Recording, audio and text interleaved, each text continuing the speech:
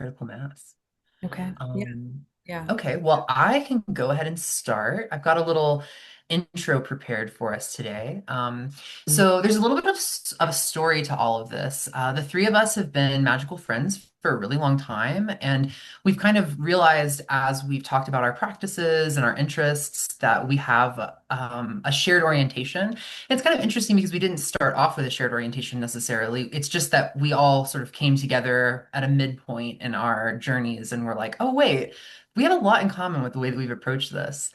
And I think a big part of it is that we all have this kind of background in spiritual grounding practices. Like we had some preparation before we started getting into some of the more heavy or complex practices like astrological magic, which I know, a lot of the folks that we're in community with are really into, but also just any of those other, even just astrology as a whole, all of those sorts of practices.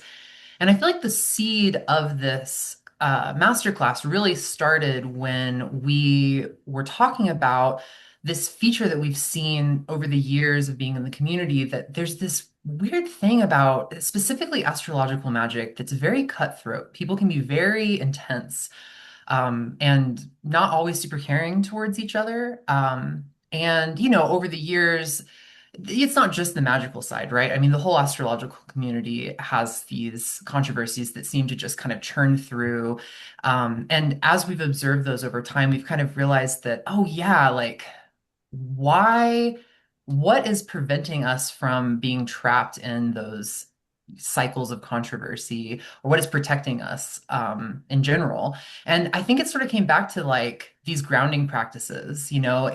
It's about going to those esoteric realms, but then also being able to come back. And especially in these days when we're talking about, like what does it mean to be human? What is the nature of consciousness? The rise of things like AI induced psychosis, and then adding, community tensions and controversies against that backdrop. We were like, okay, I think it's time for us to bring this class to fruition. And another thing we realized as we were building it is that we all have a shared practice with the star Sirius as well. So that's kind of like how all the timing came together. So yeah, that little, spiel intro aside, I'll go ahead and let you each introduce yourselves. Maybe we'll start with Chloe. Yeah, of course. So my name is Chloe. I am on unceded Cowlitz in Clackamas Land, what is currently known as Portland, Oregon. And I would say my magical practice kind of began in tandem or just a little after what my spiritual practice began in earnest, which is when I began practicing Zen Buddhism, living at a monastery for about 2 years. And I think as someone who was always from a young age, trawling the occult section of Borders, I would always was looking for magic and some sort of like more than, some relationship to the unseen.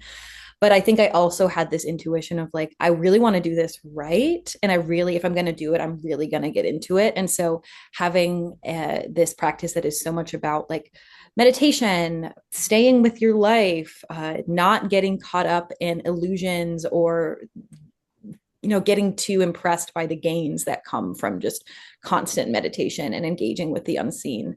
It allowed me to then approach magic from a very holistic and grounded perspective. And I think that leads into the thing that I'm most excited to talk about is this idea of magic not being some delusion or escape from life, but a way for us to engage more deeply and richly with all aspects and experiences of life. I love that. We'll do you next, Ione. I'll go Yeah. last. My name is Ione Richards. I live on unceded coastal Salish territory, also known as Seattle, Washington. I'm from kind of like the north central Florida area, land that originally belonged to the Timucuan tribe. Yeah, it's hard to say where my journey began. I think that's always kind of an elusive point to look back on. I grew up pretty isolated in a rural area, and I think that sort of naturally meant having a deep connection to the land and to animals around me. But a lot of initiatory stuff began around the age of 21 when one of my kind of like good ancestors died. And I didn't know her super well in my waking life, and so much communication happened on the other side as soon as she left the world. And that expedited a lot of practices that eventually led to astrology. But before I got to astrology, I was a practicing clinical herbalist, with kind of a focus on local ethnobotany and clinical um, practice. And then that kind of led to getting into more reclaimed ancestral folk practices from various ancestral lines, kind of with a hearth in Appalachian folk magic, as well as where that kind of leads into the British Isles and into Scandinavian folk practices. Um, so that is the hearth of my background, and I got into that before I ever got into ceremonial magic or astrology, but I found that really tethering once I did get into more spirit-focused practices. So yeah, Yeah, that's most of my background. I love that. What are you excited to talk about today? I'm excited to talk about building land-based practices and how to integrate that within your astrological practice. I feel like we focus so much on the planets and on the stars and on things that are out there, but it's all related to our geocentric position on Earth. And so the more we can relate to our local surroundings, the more we can also relate to the heavenly spheres. I love that. Yeah, so I'm Shuly Rose. I am here on colonized southern Tiwa land, just a few miles away from the Sandia Pueblo.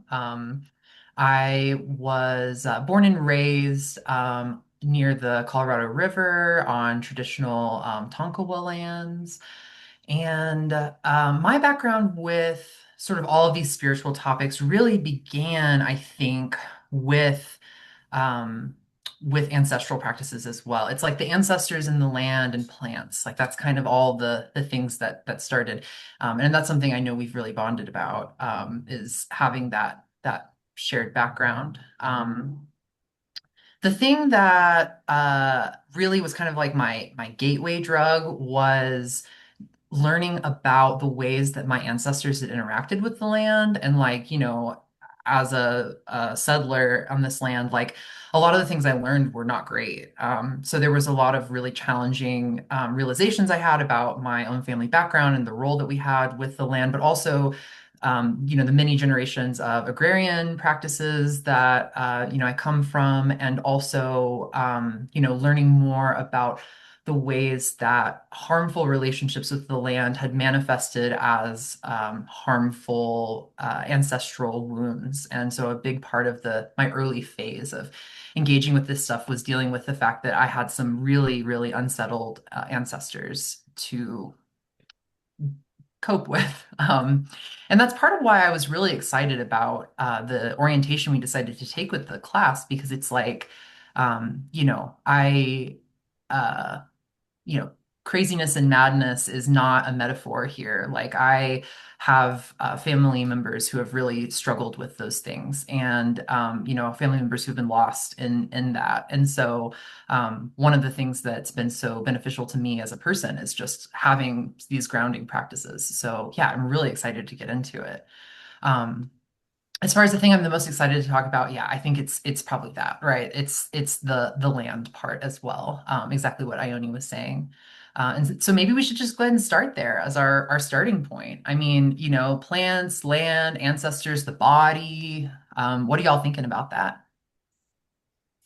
Well, I can share that just yesterday I did a really beautiful day-long ritual of sorts with two other local magical friends. We all live in the same neighborhood in Portland, and one of them proposed that we do what's called a rogation, or basically like a ritual walk around the perimeter of our neighborhood, which is about 5 miles in total. And along the way, we like began in a nearby cemetery and made an offering to the grave of like the kind of the patrons of the cemetery, a husband and wife who are big in like the founding of Portland, and spent the day, making various offerings of tobacco and cream and wine. And, one of my friends had breadcrumbs that, she had made during a saint's day. And also, what was so cool about it was this kind of hybrid of reverence and ritual, but also just like aimless, like third house, like enjoyment of the day. Like, chatting up and going to like cafes and seeing all of the things and just being out in the city on a really lovely day. And what I really liked about the ritual is there wasn't really any intention other than like forming relationship with the land and giving some sort of offering to show that it's not just about, oh, what can I get out of this? But there's something kind of fundamental. And like, as someone who loves the fixed stars and loves going off into space, it's like, if I'm not having some relationship with the local spirits and seeing that as also ensouled and magical, then I'm missing out on something that's like right in my face and can be so practically helpful. And I'm sure will help any other sorts of magic that I do. And so, yeah, it just made me think a lot about like land practices and how, again, it doesn't have to be maybe this big production, but what are the little ways that we can just like be in our bodies and like connect to what's directly in front of us?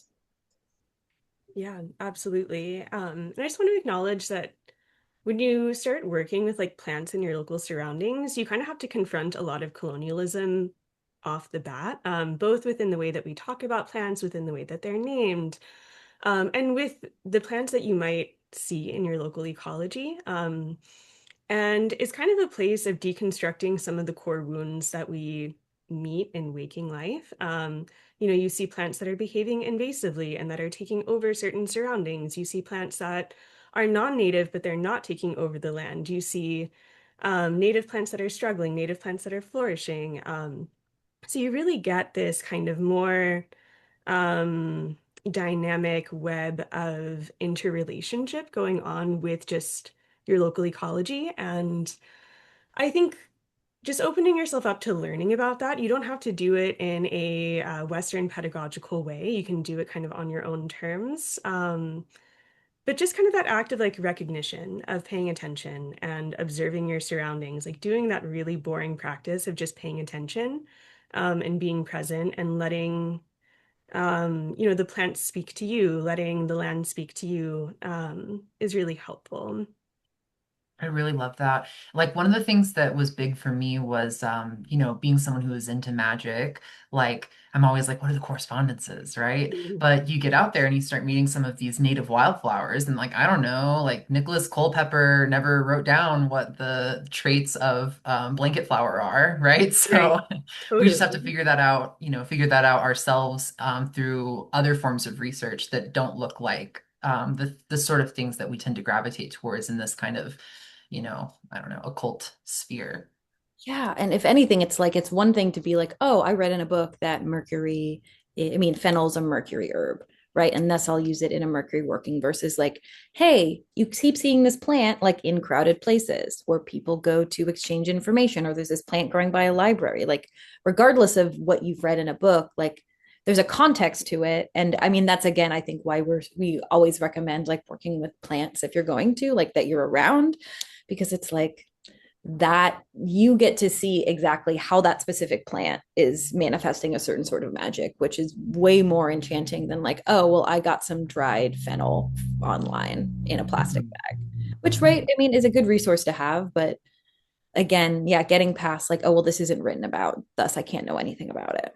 Right. And when you look at kind of the broader pharmacopoeia of certain plants that are you that, appear in many countries and many places and have been used by many different people, they're probably going to have some similarities, but they're also going to have a lot of differences in how they use that plant and how they see it. Mhm. And that's something that's opened my mind a lot when it comes to correspondences. Like, there's no one way of seeing something. There's no one planet that a plant will relate to, typically. And so being able to kind of form your own correspondences is a big strength because it adds a bit of potency and specificity to your practice. And it liberates you from having to go by one text that was written a few hundred years ago in a place that you don't live or have much connection to with plants that you might not otherwise use. I mean, it's fine if you already have a working practice with some of those plants that you're bringing into your ceremonial practice, but in my experience, it's going to be more impactful if you have a relationship to what you're using in terms of materia. Yeah, I really like that. It seems like a big part of it is just simplicity, right? Like Mm. finding ways that you can have, simple grounded practices that you can return to. Um, that Yeah. seems really important. Yeah. And yeah, and what do y'all specifically think is unique or important about like working with plants in a magical context, or if you're involved in any sort of, unseen practice? Yeah, I mean, I think they literally live in the earth, right? Like it's I mean, we're grounded because animals live on the earth, but they like live in it. So I think that's a big part of it for me. Definitely. Yeah, I feel like plants have this connection to the earth and then by proxy into the underworld and then also to the stars and to the planetary spheres. And one thing I wanted to talk about was the doctrine of signatures. So there are certain shapes and colors and qualities you can look to in certain plants and say, like, oh, this kind of looks like this organ, or oh, this kind of is a color that relates to the sun. And you might be able to build your own planetary correspondences with your local ecology by looking at just the plants themselves and the shapes that they form. So yeah, I think you can work with them as kind of local intermediary spirits. Yeah. Yeah, you know exactly because it's like there. I was reading this book that was recommended by our friend Tim on plant intelligence. I can't think of the full name of it off the top of my head, but it's about plant intelligence by an author named, I think his name's like Stephen Buhner. And one of the things he talks about is that like the roots are the plant's brain. So like the plant's brain actually lives in the underworld. Like and that was a kind of a moment for me to realize like, oh yeah, like that their bodies are in the middle world where we are, but their brains are in the underworld. Another thing too for me with plants is I feel like that was my introduction to the use of the elements, like constitution. I mean, I feel really lucky that I was able to have some herbal education. I mean, I'm not a clinical herbalist, but I was able to have some herbal education early on in my journey to learn about the elements in the body and the way that constitution plays a role in clinical herbalism. Oh, yes, Eli dropped the name Plant Intelligence in the Imaginal Realm by Stephen Herod Buhner. Thank you. Yeah, and I think that's a big part of this stuff too, right? When we're talking about, working kind of on the earth sphere first, the elements are part of that. And so like knowing like what does it feel to have like fire in you? And, for me, it feels stimulating. It feels maybe I could be a little anxious. I might have my emotions are more to the surface, especially emotions of like frustration or anger, but also I feel passionate. I feel I'm full of dreams and creativity. And then on the other hand, what does it mean to feel full of water? Like, maybe I'm crying during that time. Maybe I am actually sitting in a body of water. I'm holding a loved one close to me. Like, figuring out those sorts of things as a language to describe the way that these spiritual practices manipulate our bodies, I think is a big part of doing it sustainably. Yeah, and I think that is another reason why I think plant work is so important is because I mean, first of all, like it's a form of right spiritual practice that also requires embodiment, right? Like you interact with plants physically and you can also interact with them like spiritually, but because they have that physical property where they're impacting us and we can also see and interact with them with our hands and our senses, it's much easier, I think, to cultivate another really important magical practice, in our opinion, which is like being able to hear a yes and a no. And like you see the direct thing of like, oh, there's this beautiful patch of this like medicinal herb. Like, if I take all of it, that plant won't be there anymore, or other people can't benefit from that plant. And I just find the relationality too of like, even just being able to feel into like, oh, I keep seeing this plant, oh, I look up and start interacting with it, and its properties are exactly what I need in this moment. That feels like a plant saying yes, versus like, I can get into such acquisitive, like herbalist mind sometimes where it's like, oh, I need to collect all of the different cool plants that I see just to have like in my, beautiful little storage case over here. But then it's like, then I don't do anything with them. And did I actually feel into like, are they actually inviting me in? And they're like, you don't actually need me right now. And that being able to trust when you do and don't need to interact with something is a very useful skill that extends into, the stars and the spirits and the unseen realm, because it's much easier, I think, to tune out what they're actually saying when there's not that physical correlate.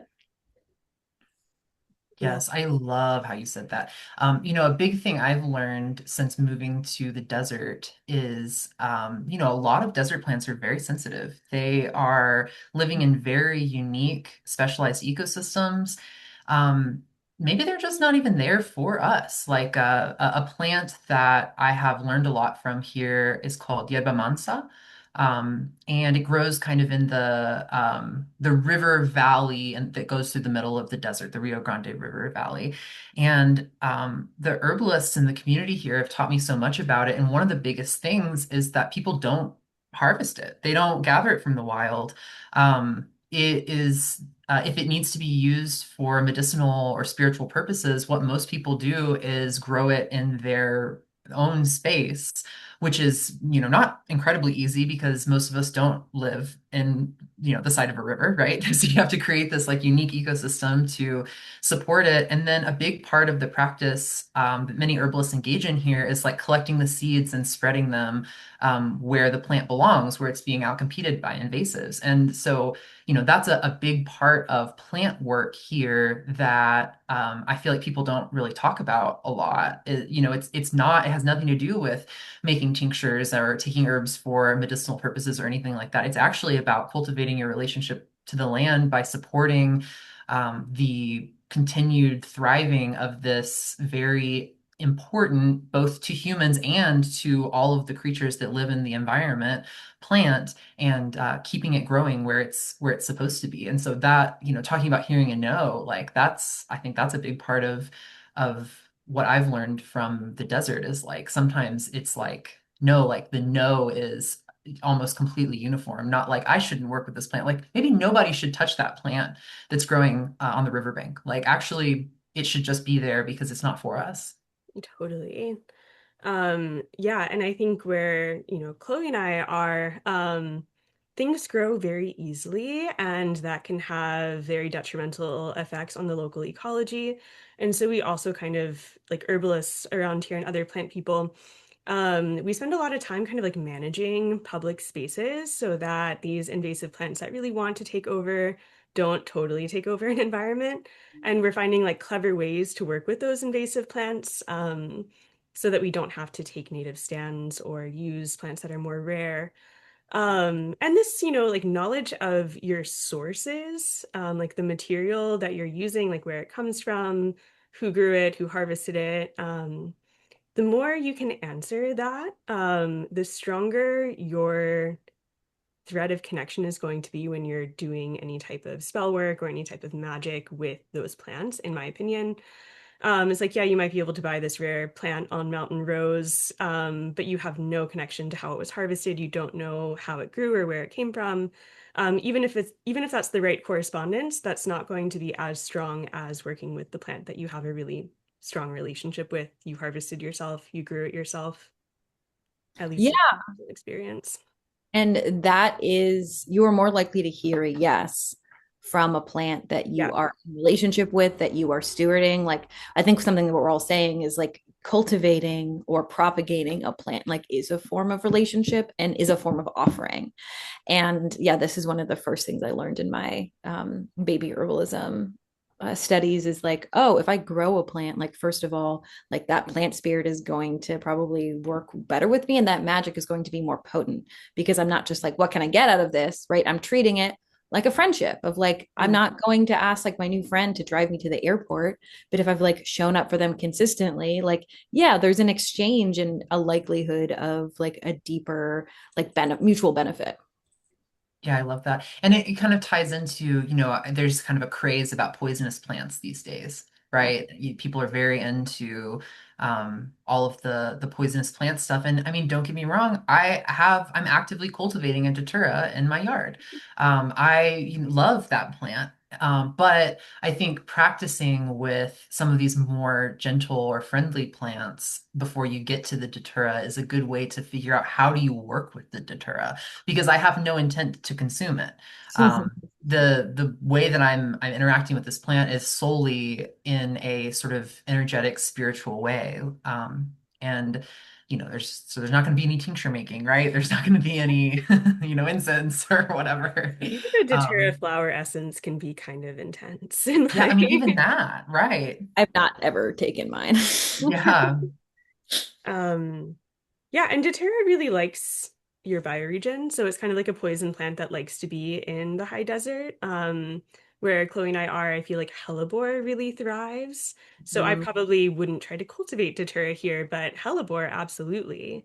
yeah. So kind of like knowing what really likes your environment can be helpful when you're getting started. It can also just help you support the pollinators, support like the other features and aspects of your environment. And I think the more your practice is staked in stewardship, the stronger it's going to be when you are doing some of these out there I things. love Yeah. that.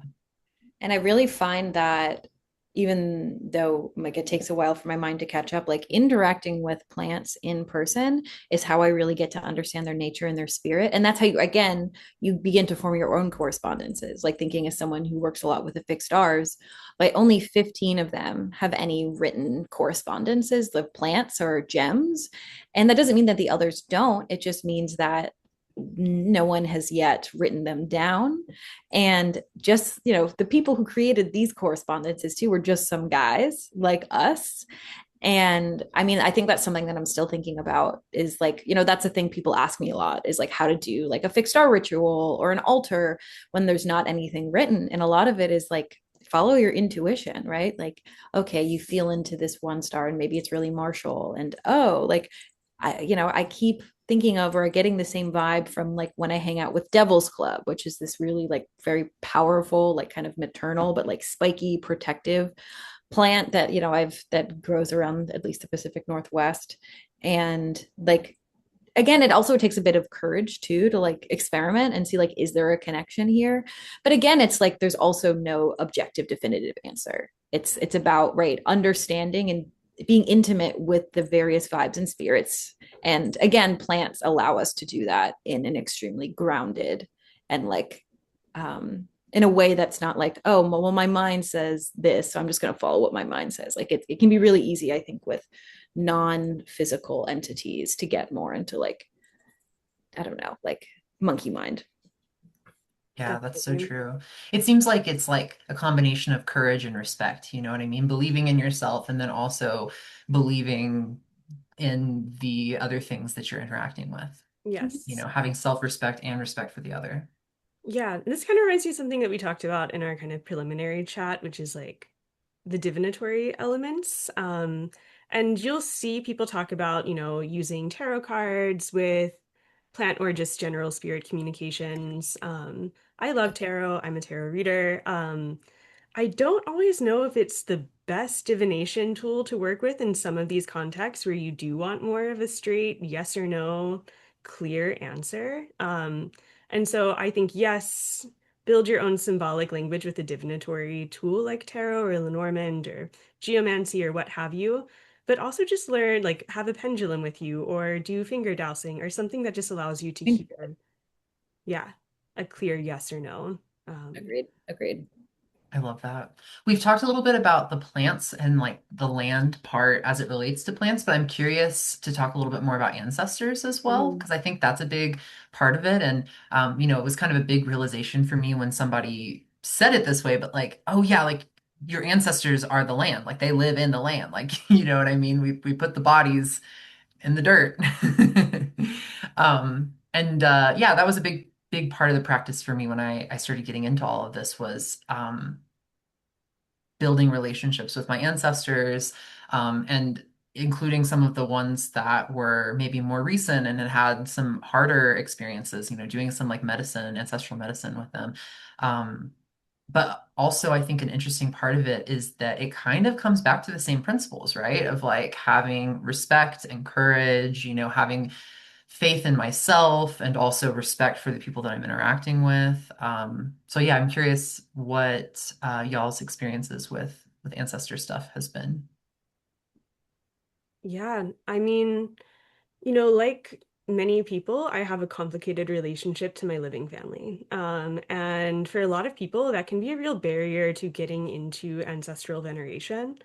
Um, I think I was really fortunate in my experience to have a kind of immediate ancestor present herself to me who, was a good ancestor, was someone I could kind of trust to facilitate deeper ancestral communications. But I think there's this idea that either your ancestors are like all good or all bad, and that is typically just not true. You probably have a complicated mix of both, regardless of who you are.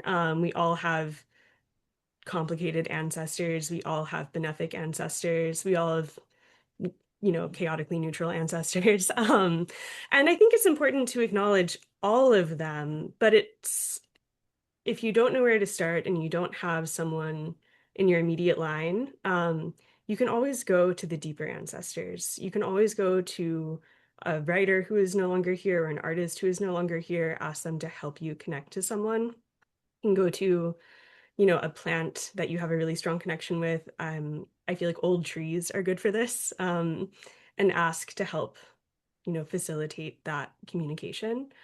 Um, but yeah, so I think for me, it has been a place of really getting to the root of, some of the harm in my family line, but also being able to tap into some of the gifts that are on the other side of that.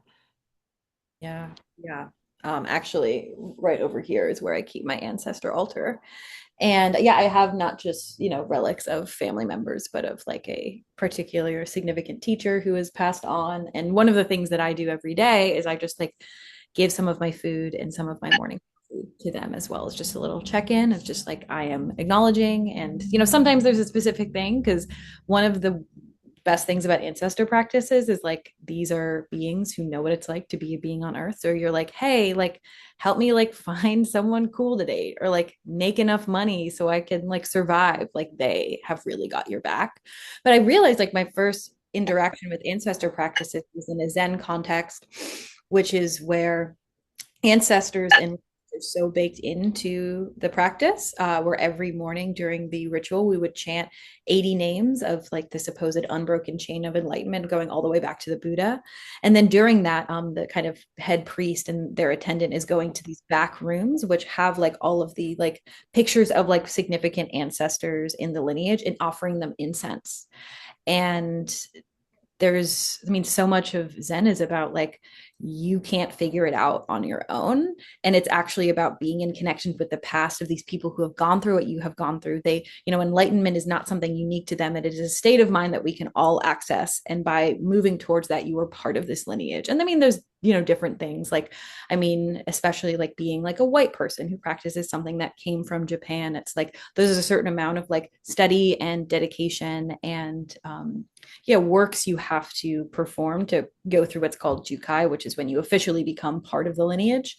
But again, I mean, the word that comes to mind is that it's humbling, right? It's again a way of like giving back. It's a way of saying, I don't know everything. I don't need to know everything. But I think that's part of the reason why, like, you see so many people unmoored with like spiritual and magical practices is we don't have elders telling us who have been through this, who are living, who can say, okay, I've been through this thing. This is your remedy. Or, oh, you're going down that road. No, let's get you back on that road. Because like the spiritual path is so subtle and it's so easy to, get into delusional mind and it's kind of inevitable. But like having, some ancient force who understands what it's like to be on this earth and can show you the path is just so important. And again, like interacting with like the beings on your land like is a way of tapping into that ancient knowledge if we don't have those living people around us. Yeah. I think something that also feels really connected to the conversation about ancestors is the concept of protection. And I feel like protection is kind of foundational to beginning work with the dead. Just because in these realms, you're beginning more spirit contact, and you might encounter other spirits along the way. You might encounter ancestors who are not well. Um, And so just this is kind of where that personal wellness, I think, starts to become more important. I learned a lot about ancestral practice from someone named Olivia Pepper, who I think also lives in New Mexico, kind of close to Shuly. And in that, there are just some little things that help. Veiling can help, which is what I'm doing right now. So kind of covering your head to protect from too many communications or interfacing. Having some type of like cleansing ritual that you do typically after. And for me, working with some type of psychopomp who's very protective. Saint Michael is one that's open to a lot of people because many of us have a background of Christianity or Catholicism or some relationship to kind of the Abrahamic angels. Um, and also very protective, kind of syncretized to Aldebaran, who is also kind of a star that might help in a tethering type of way. We all have some relationship to kind of great mother goddesses like Hecate, who's also very protective and psychopompic. So for me, when I started doing ancestral practices, working with a psychopomp was really helpful for being able to come back, being able to keep less well spirits out, being able to have some protection within some of these realms. And that's something I use whether I'm doing work with the dead and the restless dead, or whether I'm doing kind of more stellar spirit practices. I think it's kind of a great mirror between the two. But yeah. Serious. Can do Yeah. any. So Hmm. I was gonna say the same thing. Yeah, well, I was just going to say, I think that's a really good point. And I think that's something that, working with your ancestors can be such a great starting point because it gives you a place where you can practice, engaging in protective magic, for example, Yes. engaging in spiritually grounding practices, while at the same time, it's like, comparatively at least, working with ancestors in the dead, you have a little bit more leverage over them than, for example, working with like algol, for Hmm. example. Like you can tell a spirit to go back into the earth.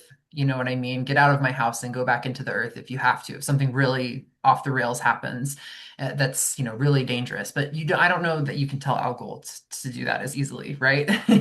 And so, that's like one thing that I think I benefited a lot from was having those practices, and also kind of I feel like the ancestor work, your ancestors live in you. And so pulling that veil aside and seeing like who's around me right now. Like before I'm starting to contact all of these, greater spirits, like what spirits are in my circle right this moment. And one of the things I found is that some of the spirits that were in my circle were very sick and very not okay.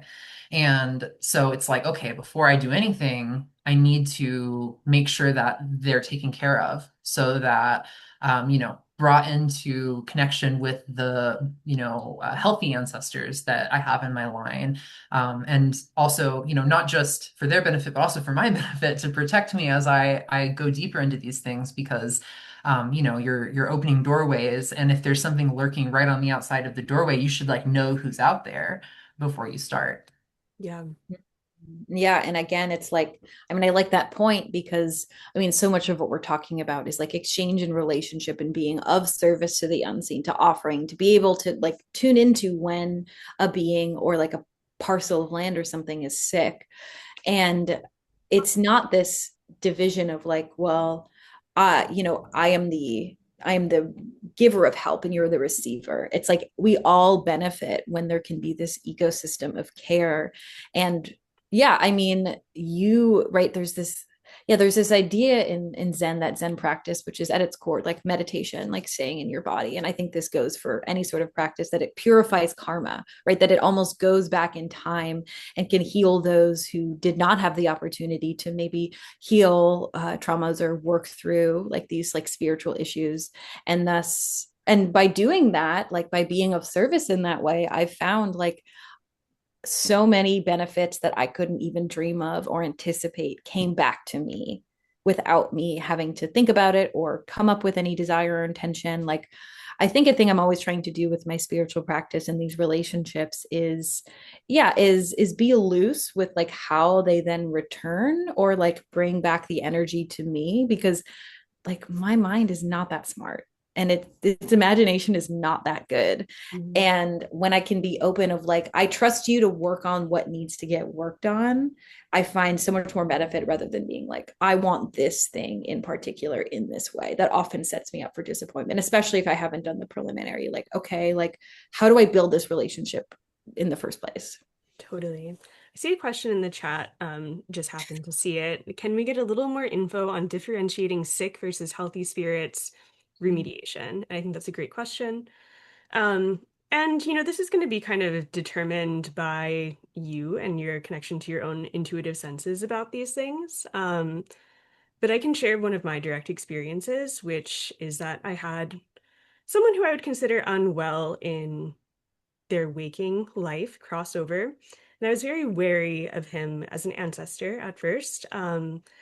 I think if it's someone who if it's a spirit who might be complicated, you can include them on your altar, but you can cover their name with rocks or like a heavy object and kind of bind their influence a little bit, if you feel comfortable doing that.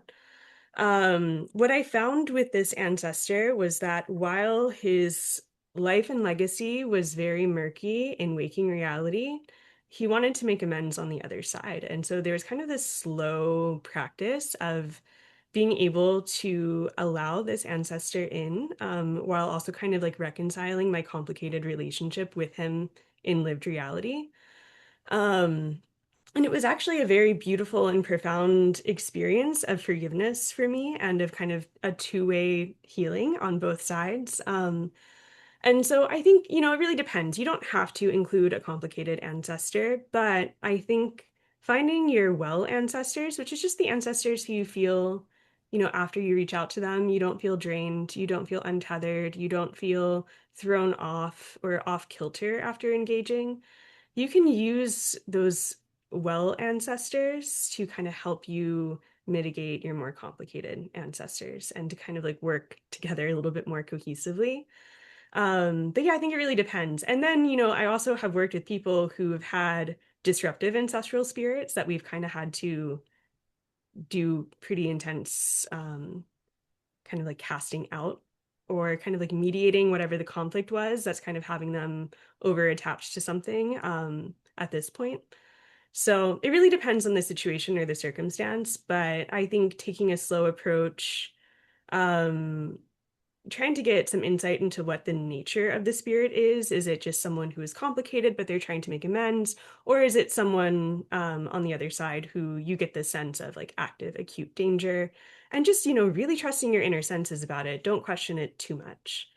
Well, Um, and I love what you say about trusting your inner senses because I feel like that kind of comes back to the constitution thing, right? Is mhm, like once you start to understand like what is my innate constitution? What are some tendencies that I have? Like for me personally, I tend to get too hot. Like I tend to get a little too fiery. And so that's something I'm always kind of looking out for is when I'm interacting with a spirit or I'm interacting with a magical practice or anything, do I notice myself? Do I notice my heart beating faster? Do I notice myself starting to sweat? Do I get anxious? Do I have trouble sleeping? Like things like that. And it's going to be different for everybody as to what those things are.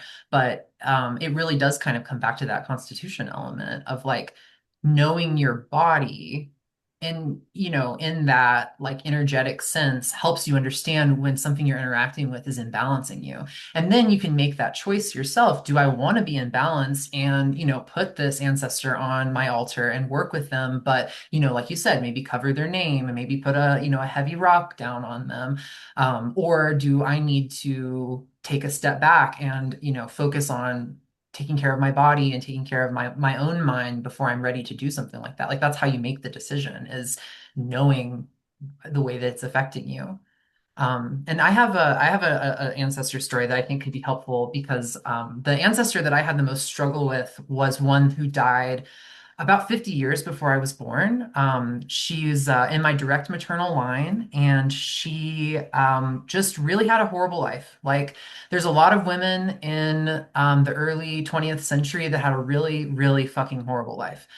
She was married at 13. She had her first baby at 14 to a man who was 30 years older than her. She escaped from him with her, I think there are 8 kids, and walked like for 5 days to get to the nearest city. Like she just had a horrible life. And the thing she really needed was for that to be known and acknowledged, because by the time that we came around, we just knew her as this, sweet old woman, right? But she carried so much inside of her. And so making peace with, I mean, she was very unwell, and what that looked like was being very destabilizing, bringing, nightmares, bringing, really intense, challenging experiences. But what she really needed was for that story to be uncovered and for us to, find documentation of, her birth certificate and her marriage license and realize what her age was and, things like that. And, discussing it with my own mother and with the other women in my family and talking about the things that she had been through, naming the horrible ex-husband she had, and then also naming the husband who she met in her later life, who brought a lot of healing to her, and like just sharing her story was the thing that brought our peace. And so I mean, sometimes it looks like that. Like it wasn't magical work exactly. It was mostly talking to my mom on the phone, you know. Yeah. But that's something that it can look like as well. Yeah, Yeah. that's so real. And while ancestors they both are and are not limited to, our literal family lines and our cultural ancestral lines, I found whenever I've opened myself up to that realm of communication, I've found out so much more information than I had before. Like someone who's older than me in my family will start talking about people and like sharing stories of family members I might not have known personally, or like I'll find out weird details about like cultural artifacts related to my ancestors. And it's really interesting once you open those pathways of communication, what starts to come through. And to kind of speak to general remediation beyond constitution, in my experience, when you're dealing with spirits and any kind of like daimonic communication, one of the first signs you're becoming a little untethered is you feel purely in your head. And this is something that happens also, even if you're not doing magic or doing kind of spirit work, like we live in a culture that's very in the head. And so having those lunar practices that get you into the body kind of balances it more generally. Yeah. Yeah. And I mean, I think that's why I really see like the beginner, intermediate, like advanced part of my practice is meditation. And I say this as someone who is not at all a natural meditator. Like I was just joking beforehand, like I had to spend 2 years at a monastery to learn how to meditate. I didn't know that the whole part of like Zen is meditating, sitting Zen. And I think it's good that I didn't know that I was signing up for like a week-long silent meditation retreat, a month, plus like 3 hours of meditation a day, because like it's, as someone who could, who loves her beautiful thoughts, and it can be so useful in so many situations. Something one of my teachers would say is like, the mind, like, a drill is a useful tool, but if you walk around with a drill glued to your hand all the time, you're going to have some problems, right? So it's about being able to understand the limits of the mind, and that can only come about with like being in the body, returning to the breath, what is most fundamental. How do my hands feel? What do I hear around me?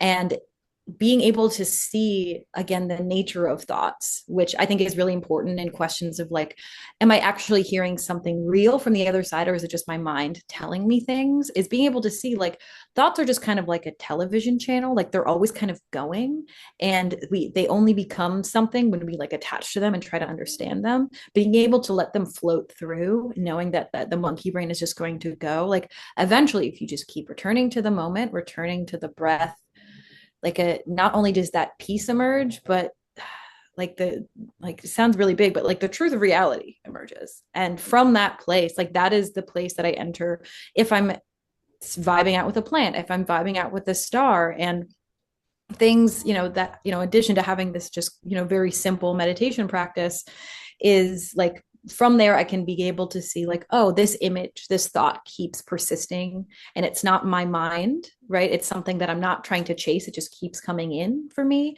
And yeah, then again, like, but again, it takes some trust and time, especially because we don't have this like lineage, ancestral connection of like how to be in that realm. But yeah, so much of it just comes back to like being really simple and like over time, like realizing that like the mind is kind of shit. And yeah, that is the extra, right? That is what we use to evaluate our experience. That is not the experience itself. Yeah, Um, I'm so grateful for all of your Zen work, Chloe. Like I've yeah. learned so much from all of that from you. I think I had a little bit of a I've met some Zen folks that were difficult for me, and so I, Oh yeah. you know, Oh didn't have the most great perspective on Zen until I met you. But you really, the way you embody it is, it really just changed my perspective on the the use of Zen practice. thank you. Yeah, and I think the one thing I'd say that I feel like is often like where people get caught up in Zen is that right, even the phrase like so Zen, right?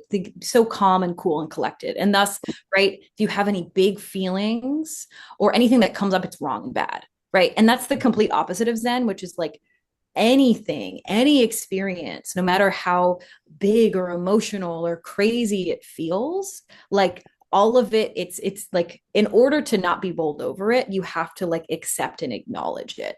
Right. But, something that my teacher always says, it's like awareness brings choice and choice brings freedom. Right. Awareness of a big feeling or a thought that, has a lot of charge to it doesn't mean we then have to automatically act on it, right? But the second we are saying this experience is bad and this experience is good, that's dualistic thinking. Mhm. And Zen is all about like I don't even know how to describe non-dualism. Like everything has a time and a place, and it's just about your context and your relationship to it.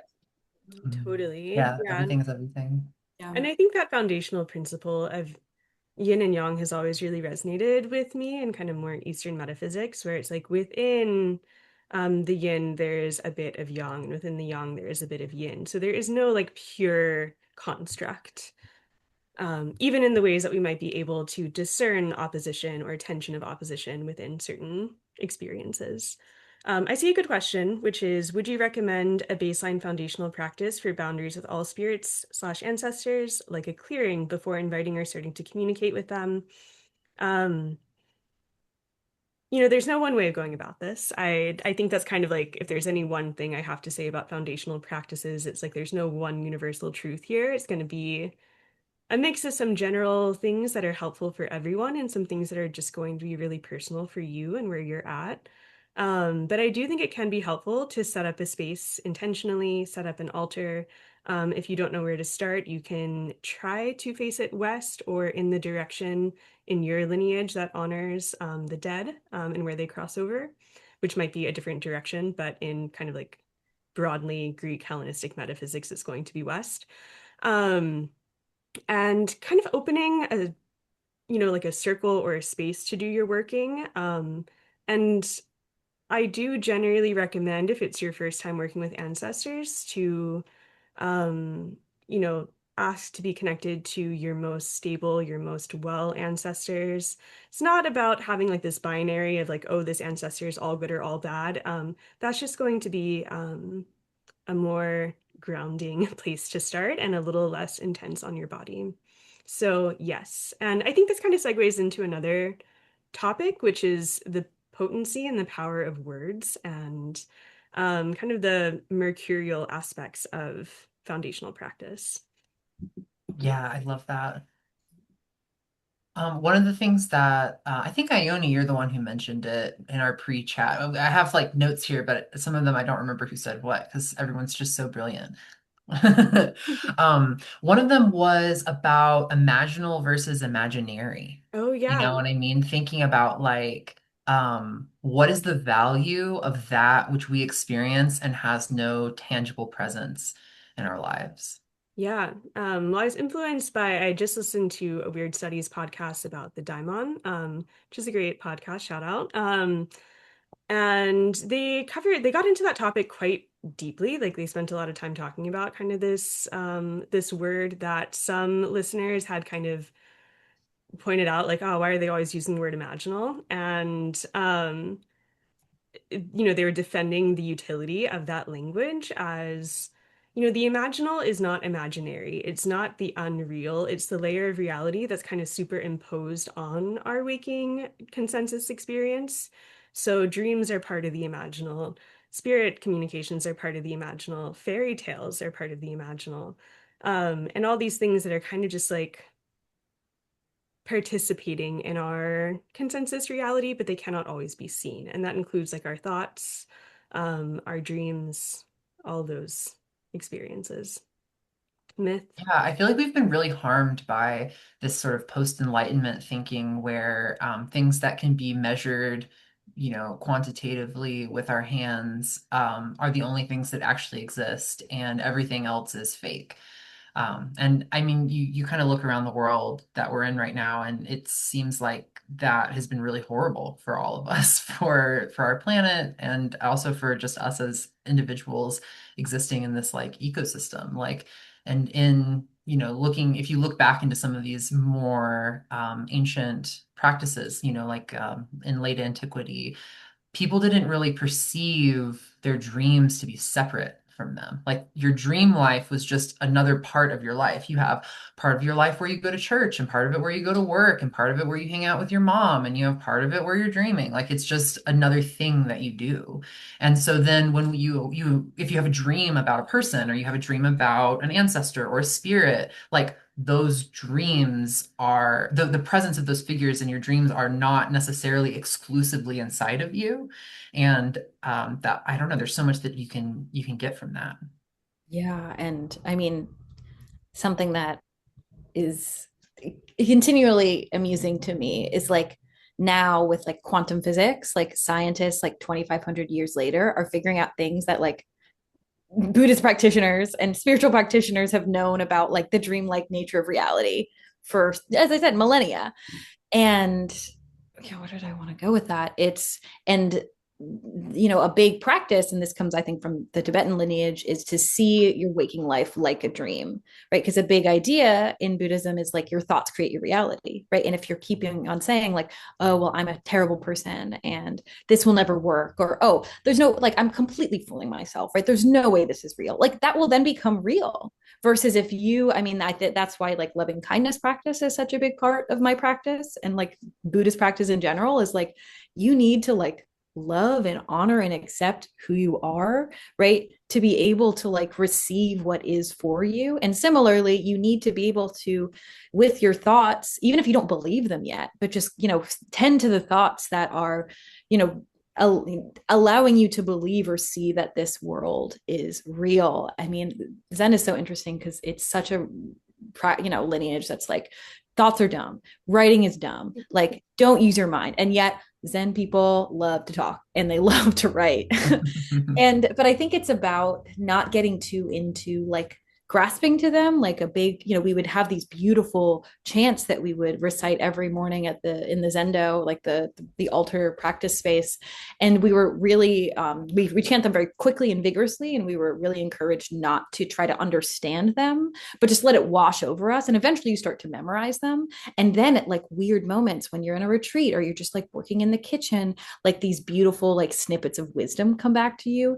And then eventually like this one line that I love, like, from a chant, facing a precious mirror, form and reflection behold each other, you are not it, but in truth it is you. Like my mind could come up with a kind of cool explanation, but to actually experience that as real, like you can't force that to happen. It's a moment of grace when the words that you're kind of, gesturing at become your direct experience. And that's a big thing in Zen is like, sure, it might sound crazy of like, oh, I vibed out with a plant and I saw this crazy vision. But if you experience that directly, like no one can take that away from you. Yeah. Um, I love that. I just happened to see one more question kind of related to ancestors that feels relevant. Do you need to research your genealogy before reaching out to ancestors? How do you identify who you are connecting with? Short answer, no. It also kind of depends. I think, your ancestors are not limited to your blood quantum cultural ancestry. And you're going to have communications with some ancestors probably who would not show up on an ancestry.com test. And that's just part of the murky, nonlinear aspects of kind of crossing over into that realm. Simultaneously, once you open those doors, you might find yourself finding out more information about some of these topics anyway. And when it comes to how do you identify who you're connecting with, I think this is where divination can come in, and also building your visualization practices or your ability to kind of internally sense in kind of like a lower stakes way. So this is kind of going back to some of those more discernment practices related to the elements, related to kind of like feeling into your own body. And it's sort of like learning an instrument, like practicing like a scale before you play a song. So I think all those tools will help you be able to trust what you're experiencing, um, and kind of identify who, what, where, when. And also just like letting yourself not question things too much. It's not the most rational realm. Yeah, I mean, in some ways, it's like that's part of that imaginal thing we're talking about, right? Like the visionary portion of this interaction is actually more real than the genealogical research portion, and both of them have roles, right? But you know, um, there's a lot of us who our ancestors, for many different reasons, are completely unknown to us. Especially if you have lineages of, migration, colonialism, adoption. I mean, there's all kinds of reasons why you'd have no idea what to do with your genealogy. And I think a lot of people get stuck there as Yeah, like that there's just nowhere to go. But I think that's part of this thinking that we're talking about, this sort of taking the visionary, the imaginal, all of this, like taking that as seriously as going on ancestry.com. definitely. And I will also speak specifically. I have a line like where my grandfather was adopted, and adoption is kind of a common feature in my background. And what I found is the adopted ancestors also come through, and it's Hmm. actually a very sweet experience how non-blood dependent some of these ancestors who come through are. So, Yeah, that's a really good point. That's a I really think, good point. yeah, I think ancestry is determined by relationship. Like yeah, I think, Mhm. exactly.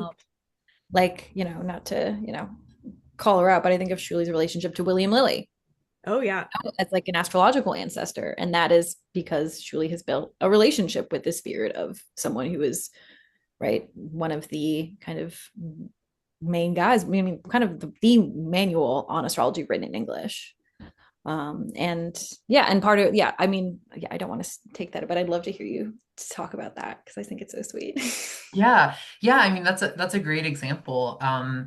I started working with William Lilly pretty early on because I enjoy old books, and I there's kind of a way of reading you have to get into to be able to read pre-modern written works.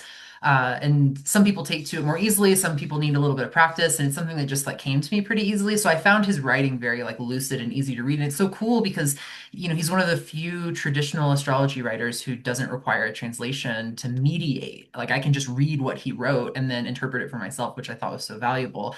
And yeah, like pretty quickly, I realized that he is a very active spirit. Like he is very invested in the rigor, the revival of astrological practices. I think he really loves what is happening right now and wants to help people get further with it.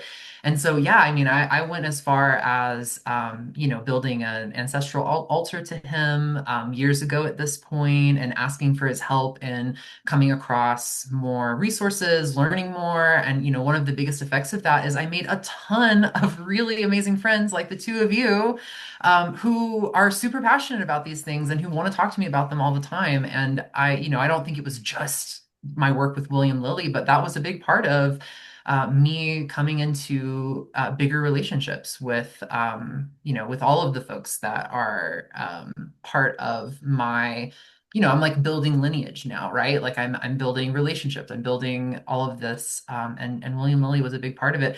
I also think, as a queer person, a lot of the ancestors that I've worked with really extensively have been other queer people in history who I have absolutely no blood ties to.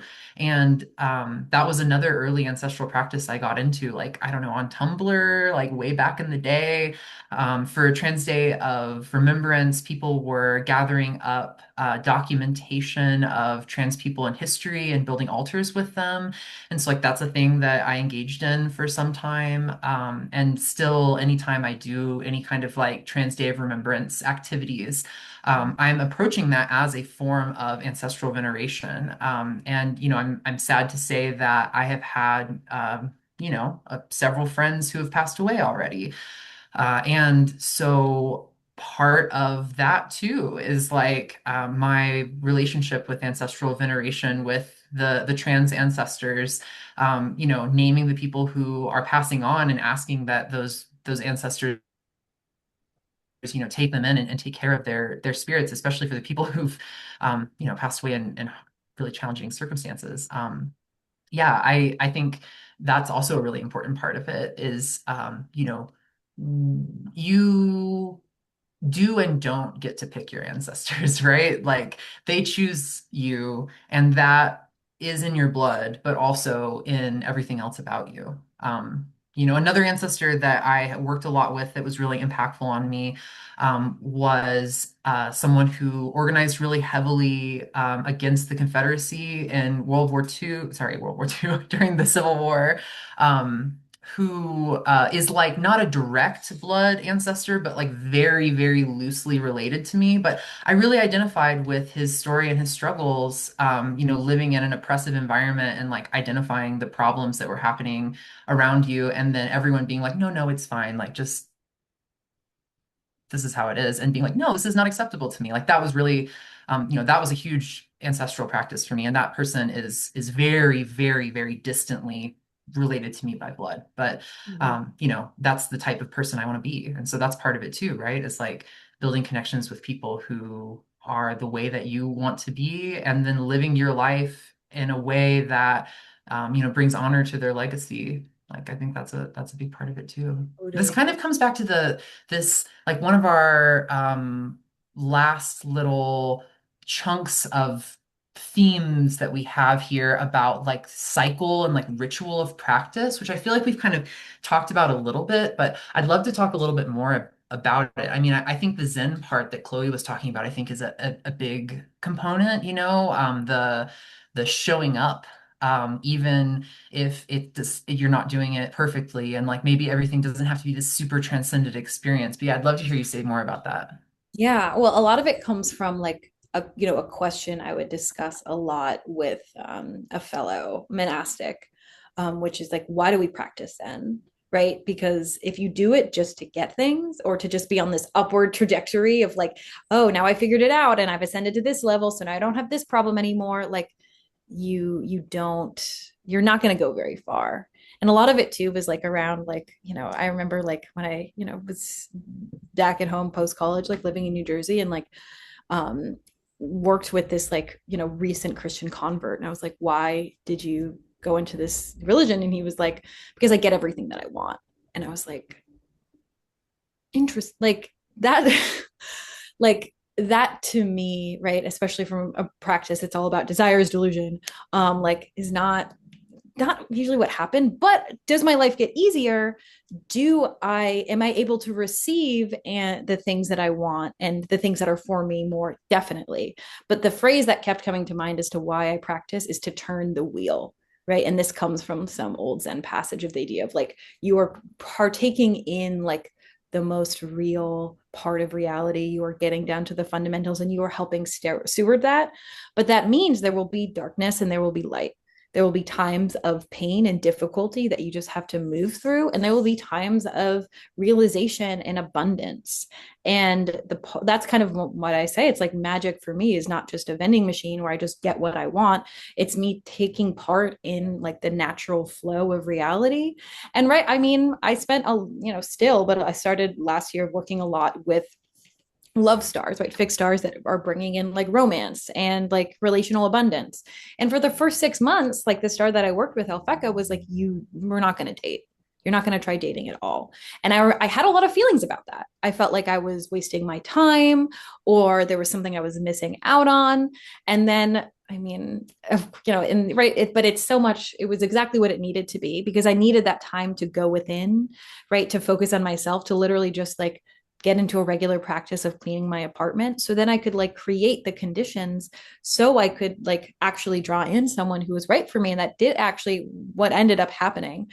But it was, yeah, you have to take a really big view and a really non-dual view with magic where like, it's not about getting exactly what you want when you want it, right? You can have intentions and desires and, consent around that, but it's about trusting that, hey, like maybe I don't know everything and I don't know what's always best for me. So maybe I can trust this higher power to take me wherever that needs to go.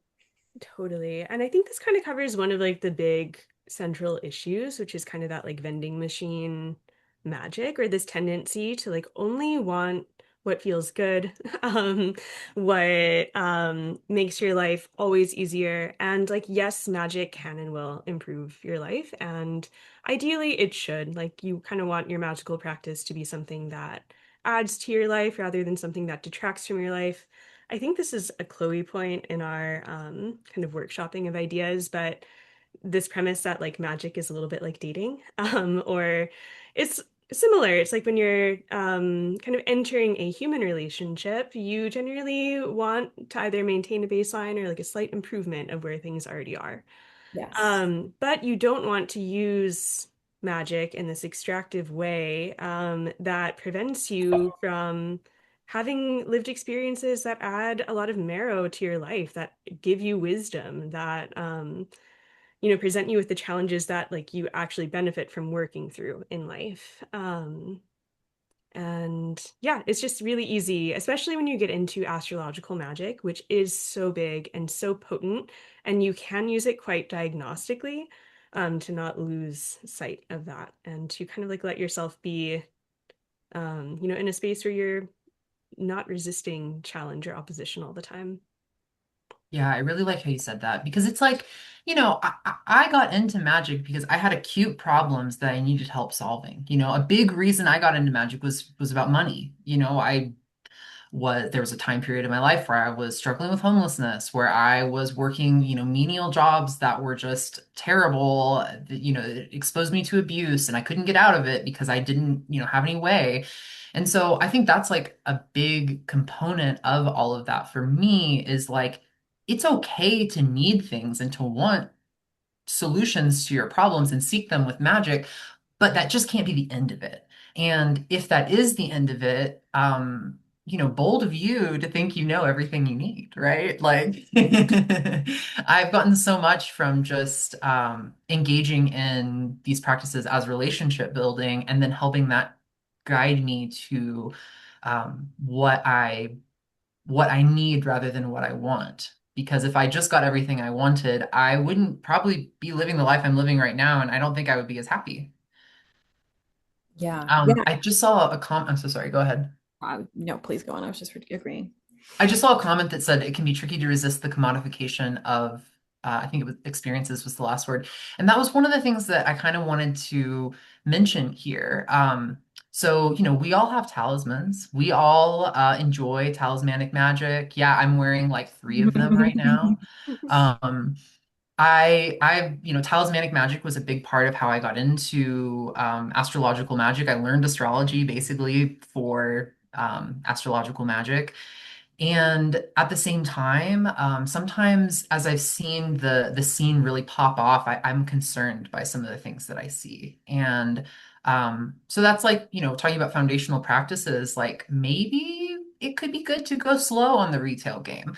Like be discerning about what kind of magical objects and magical tools you bring into your life, especially when it's something that, you're not making yourself, so you're not building relationship as you go. It's a purchase that you're making. And yeah, I'm curious if y'all have any more to say on that.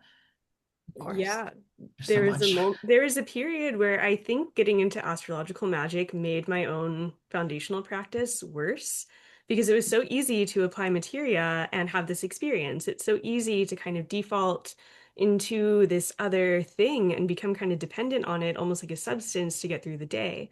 And there's a real risk in that because it's not that it doesn't work, it's that it does. And the functionality of how well it works can actually be a bit of a detriment if you're not careful. If you're not still actively forming the theurgic relationship to some of those spirits, it can kind of just it can just make you a little bit soft, for lack of a better term. Mhm. Uh, Yeah. yeah, and something that I'm so impressed by usually, have you ever even bought a talisman? I think most of your relationship to materia comes from your own theurgic practice and making talismans yourself, which is a really good way to do it if you are going to go there because you are kind of forced to form the relationship and have the practice. Yeah, I've only purchased one talisman, and I don't regret the purchase. It was also supportive to a friend who, needed some extra funds at the time. And that talisman was a Saturn talisman, and it guided me to not really practice with it much. So I never wear it. It's the only one that I've never worn before. All I do is offer it incense from time to time. And then yeah, all of the other talismans I made myself. Yeah. Yeah. I mean, I will share that I'm wearing a Shuly Mercury talisman right now, but the thing about Mercury talismans is that he loves to take little tricky vacations. So this was after like months of not knowing where he was. And thus, right, like if my relationship to Mercury began and ended with this one talisman, then I'd be shit out of luck.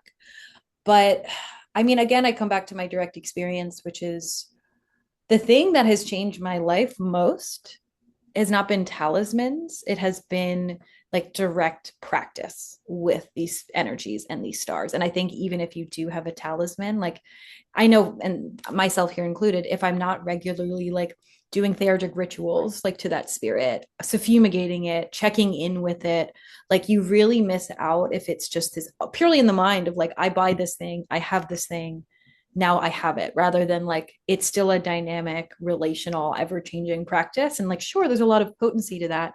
But again, I think we're also getting into this attraction in this sphere to go towards what is like considered the biggest or the most intense or the most difficult practice as somehow like showing your acuity and your depth. And again, I think of, I mean, something one of my Zen teachers would say, which is like following your breath in meditation, because Zen also has this tradition of koans, which are these sort of like cosmic riddles that you sit with, and then through like you have this deeper understanding, and it's all very like based in the Rinzai tradition, which is all about like Zen for samurais, like a sudden enlightenment, so it can feel really shiny to go towards and prove your knowledge in this way. But like breathing is a beginner, an intermediate, and an advanced practice. And I think the same thing goes with, yeah, these regular theurgic check-ins, right? Rather than seeing, oh, well, I have this talisman, now I'm an expert. Like I think you can advance very far just with simple weekly or monthly rituals. Absolutely. My experience with talismans tends to be that they're really intense and potent at first, then it kind of chills out, especially if you don't have a theurgic relationship to the spirit of that talisman. Um, and or you're not like, I don't know, just approaching it very mindfully or very intentionally. But I like what Elias said in the chat about the importance of foundational practices never goes away. As a musician, returning to fundamentals is at least 90% of the practice. And that's so real in my experience. Also playing music, and I've gotten to a fairly advanced stage of horseback riding, which is kind of silly to bring into the conversation. But in both practices, there have been times where I've been, at a pretty advanced level and have had to go totally back to the basics. And that has been, thank you, Eli. That's been really important. And, there can be a certain degree of like, it can be a little humbling, like, okay, like I was just jumping 4-foot fences and now you want me to do ground poles again, to work on my like fundamental leg and seat. But that's how you get to the next level. Sometimes is by just stripping all of, the embellishments away and getting back to just like the most basic core concepts. Yes, exactly. And it's your time is your greatest investment. right? Like as embodied beings, like our time is our life force.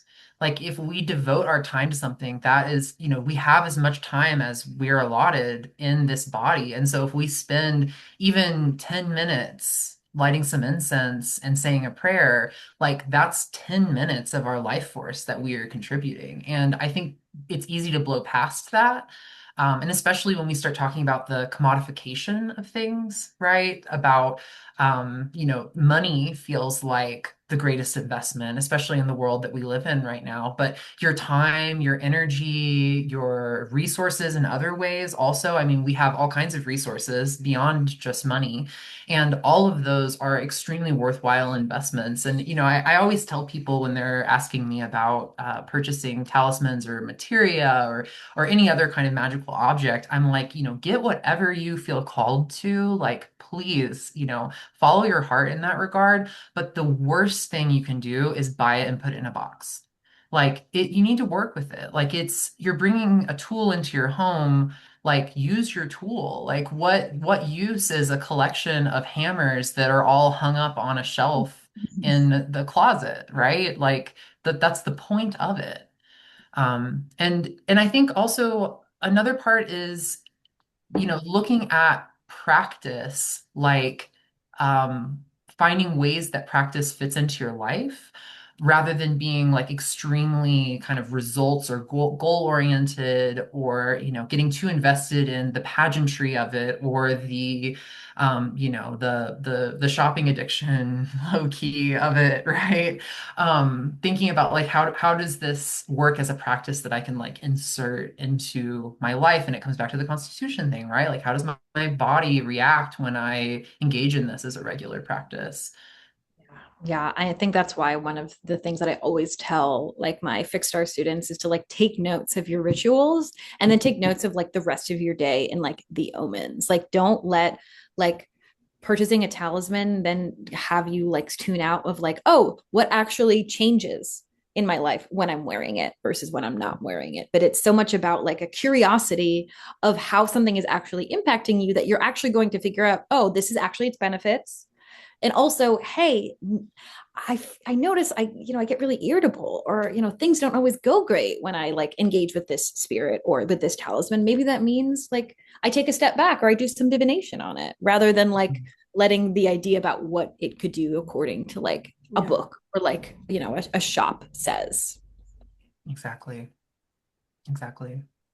I'm seeing a question. Do y'all have any advice on building consistency in general? I struggle to do anything consistently, even when it's important and traditionally productive. How can I practice magical relationships consistently if I never have been able to do anything consistently? The funny thing for me is like consistency does not mean every week. Hmm. It doesn't mean every day. I mean, I think in some ways those are solar ways of thinking about things, right? Of like, oh, like every morning and then I do this, right? And I think a more lunar way of thinking about it is like there's cycles. Sometimes you have a cycle when you are doing a lot of prayer. And so maybe during that cycle, you pray every day. And then sometimes maybe you're in a cycle where you're working really hard. Maybe you have a cycle where you have a family member who's having a health problem and you're spending a lot of time just going into the hospital, going to the doctor with them. Like these are all valuable phases. And, especially if you're operating outside of like a monastery or a lineage-based practice. I mean, I think Chloe's talked a lot about this, but it seems like a big part of the monastery is that you're all doing it together, right? Like there's a Much community, easier.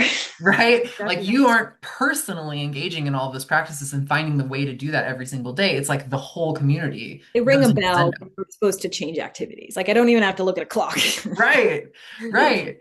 So I think that's part of it too for me is like just not getting too because that's something I really struggle with too. As I'm a very like Moon Mars person, and so it's like difficult for me to have a practice where I'm like every day I do this. I'm like I don't even every day I eat, I guess, but I don't do almost anything else like on a daily basis. And it's very difficult for me to Totally. insert those practices. And so something I've been kind of leaning into lately is like, well, maybe that's not my ministry.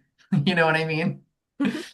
I also So find for myself, I'm sorry, Chloe, when it comes to daily practices, I like to relegate those to things that I'm already doing throughout the day anyway. Like you're probably eating throughout the day. So taking some care when you're preparing your meals, kind of like taking that time to imbue some of that foundational ritual practice can be extremely mundane. It doesn't have to be anything flashy. It doesn't have to be a whole ritual. It doesn't have to be a whole thing. It can just be paying attention, can just be nourishing yourself. It can just be like tending to your space that day.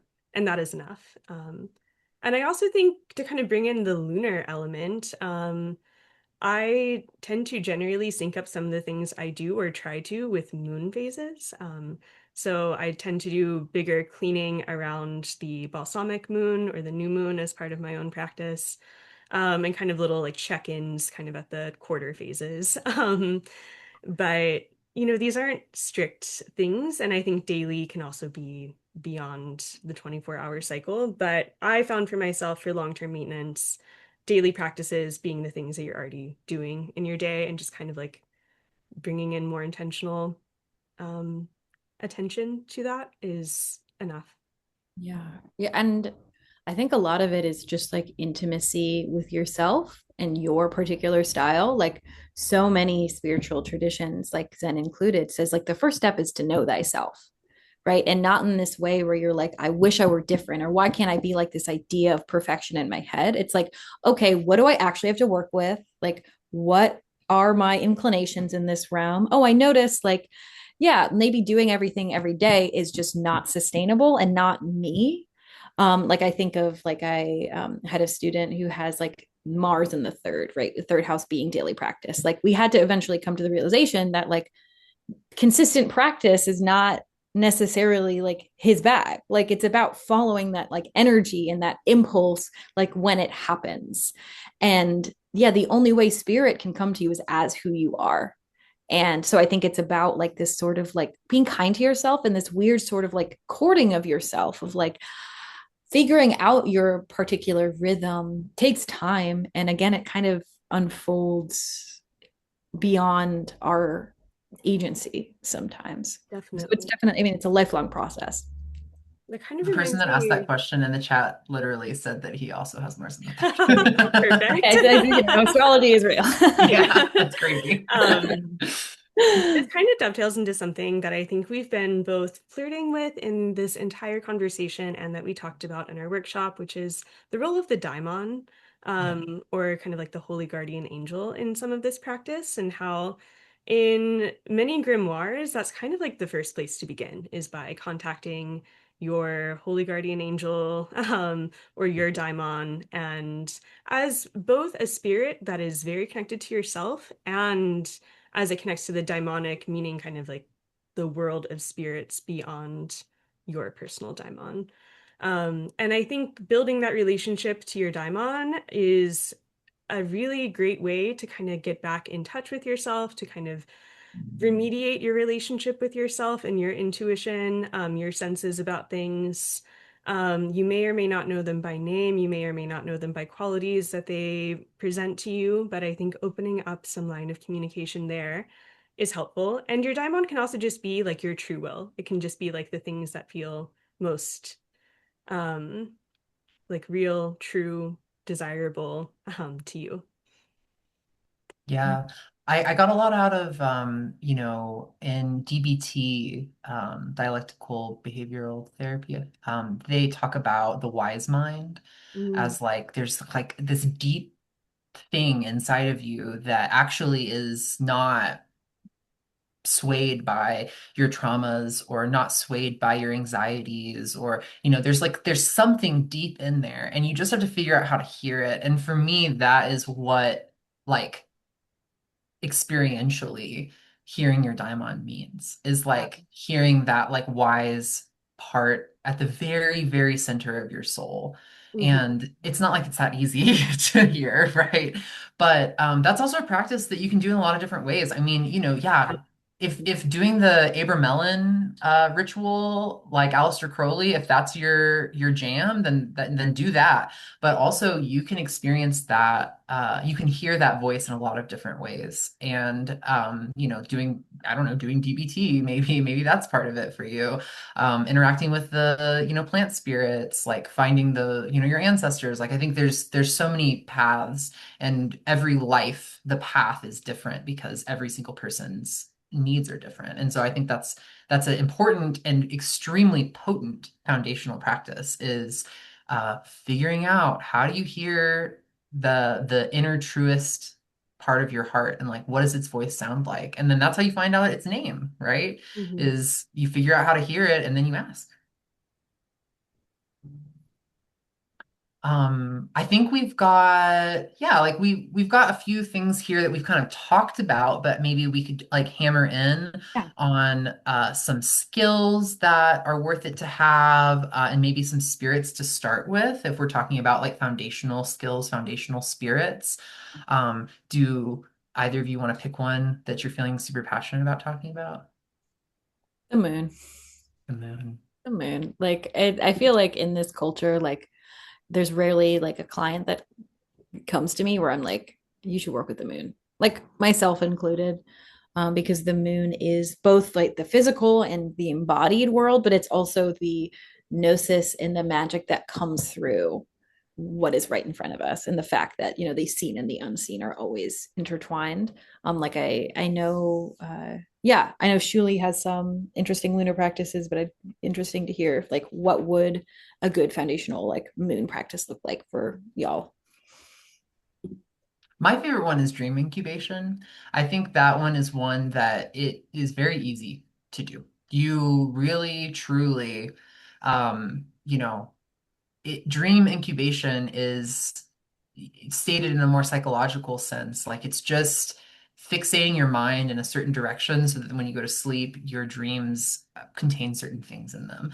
And so that was a big one for me for the moon. And I mean, because I am me, I did that by, researching Greco-Egyptian rituals and, building a little I don't know, building a little phylactery and all these things. But really, I think finding a dream incubation practice is really powerful because learning how to use your dreams, it's not easy either. I mean, I will say like I have I've always been kind of a weak dreamer. I had a period of time for about 10 years where I was taking a medication that basically just completely silenced my dreams, and then after I stopped taking that medication, I went on a whole process of recovering my dreams. So I'm not trying to say that I'm like, oh, just go dream. It's no big deal. It's super easy. Because I think a lot of people struggle with dreams, but um, it is such a potent practice, and especially for engaging with the moon, just like figuring out how to recall your dreams, how to build your dreams. Like that's my Yeah. big one. What about you, Ione? Um, yeah, noticing there's so much like third house Mars in the house at the moment, really calls to mind mugwort as a plant ally, especially for dream tending, working with the moon, working with sort of like a protective side of the moon. And like burning mugwort as like a nice ritual for tending to dream space. I'm also seeing in the chat a point that I did want to cover and did not get into, which was there's a debate about the need for visualization skills, but some of us lack these skills. What's the deal? And someone said, yes, they have aphantasia. Yeah, not everyone can visualize, not everyone can dream. And, that is a real I think it can be really challenging or it can feel really defeating. And simultaneously, I do not think that it's totally necessary, nor do I think visualization always means a literal image that you can depict, which might be a little tricky or complicated. If you don't struggle with, if you kind of just like struggle to get there, but you can imagine things in your mind, I think practicing by just imagining really low stakes phenomena, like try to imagine an apple, try to imagine um, Hi, Odette. Try to imagine someone you know in a space that's familiar to them. Like, kind of practice some of these visualization strategies. If you cannot see things at all, you don't need to do that. And I think that's where divination practices can be really helpful. Like, again, just building some lexicon with a symbolic world. If you have to use it with something like tarot, that is also totally fine as a substitute, in my opinion. Yeah, can we talk about divination a little bit? Because we Yeah. mentioned it earlier, but I think divination for me, like if I was advising, if someone was coming to me and asking for advice for what would be the number one best place to start in terms of developing a foundational practice, I would say divination. I truly believe that you cannot do this work if you do not have a form of divination under your belt. And that doesn't mean you need to learn tarot. It doesn't mean you need a super complex system either. But just figuring out some divinatory system that you can use to answer a question is just truly the foundational practice. And that's what I have learned the most from interacting with older folks who have been engaging in these practices. I've been doing it in a time that I number in years, and some people have been doing it for a time they number in decades. And for those folks, divination is almost uniformly one of the tools that they return to all the time. If you're ever like, oh, should I work with this spirit? Do divination. Should I use this election? Do Yeah. divination. Should I take a break from all these spiritual experiences that might be destabilizing me? Use divination. Like it that you have these questions, right? And I think a lot of times they become so full of questions that it's like you feel like all of these questions are trapped inside of you, and divination has the answers to them. And I think it can be something as simple as Ione, you mentioned like finger dowsing, getting a pendulum, dice. I mean, you can make a Yeah. pendulum out of a acorn you find on the street and a piece of your hair. Like, you know what I mean? Like you don't have to buy anything. It doesn't have to be a complex practice. But just having some kind of tool to answer these questions for you. And then, once you have that kind of foundational tool, I think it's so important to go deeper as well and find another practice. And a lot of people do choose tarot, and I mean, I am a tarot reader. I love tarot, but I do feel like sometimes it can be a little bit vague, like Ione was saying earlier. I've gotten a lot out of geomancy. The I Ching, I think, is one that we all three have, done a lot of work with. Things that have really tangible answers. Um, and yeah, like do you all do pendulum practices? I think it was Barbara who was suggesting, figuring out like what's my yes and what's my no with a pendulum. How do y'all approach that? Yeah, I use pendulum. The way I primarily was introduced to it was in my flower essence practices. So a big thing I do is, this form of plant medicine that doesn't actually contain any plant parts. So it's this energetic kind of spiritual distillate of like the vibe of the plant. So I like it because it's remediative on like both an embodied but also like etheric level. And the way that I was taught how to make essences is you don't just walk up to any plant and be like, great, we're in relationship, I'm making an essence. Like you have to have their permission. And especially like when I was first starting out and getting attuned to hearing into like a plant's vibe, like before I would make any essence, I would pendulum on it and get a yes or a no. And if it got a no, I would respect that. So yeah, that's primarily how I use it nowadays. Totally. I also use a pendulum and finger dowsing if I don't have anything else on me. And I always like to check by just doing a yes or no question based on my name. Because sometimes what might happen, and sometimes this can be a root of disconnection from your intuition, is something that I've heard called being switched, where yes is no and no is yes in your body.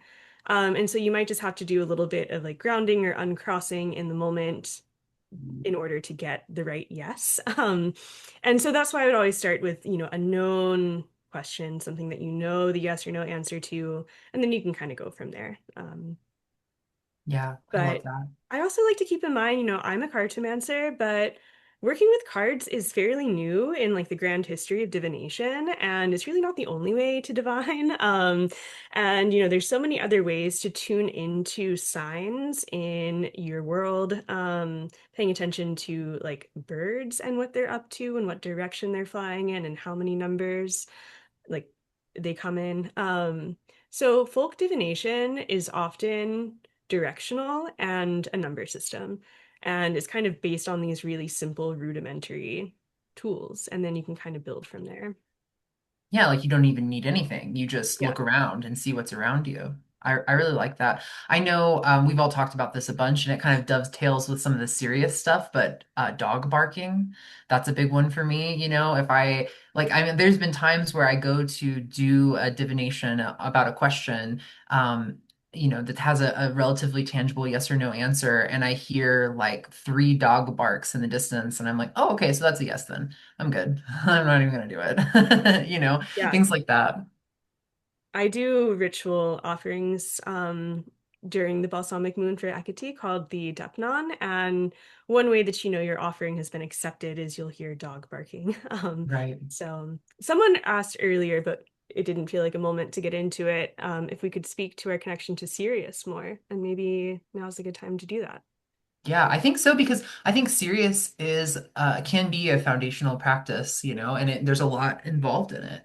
Um, Well, for me at least, I'll start and then we can go around. For me at least, I have always been really drawn to dogs.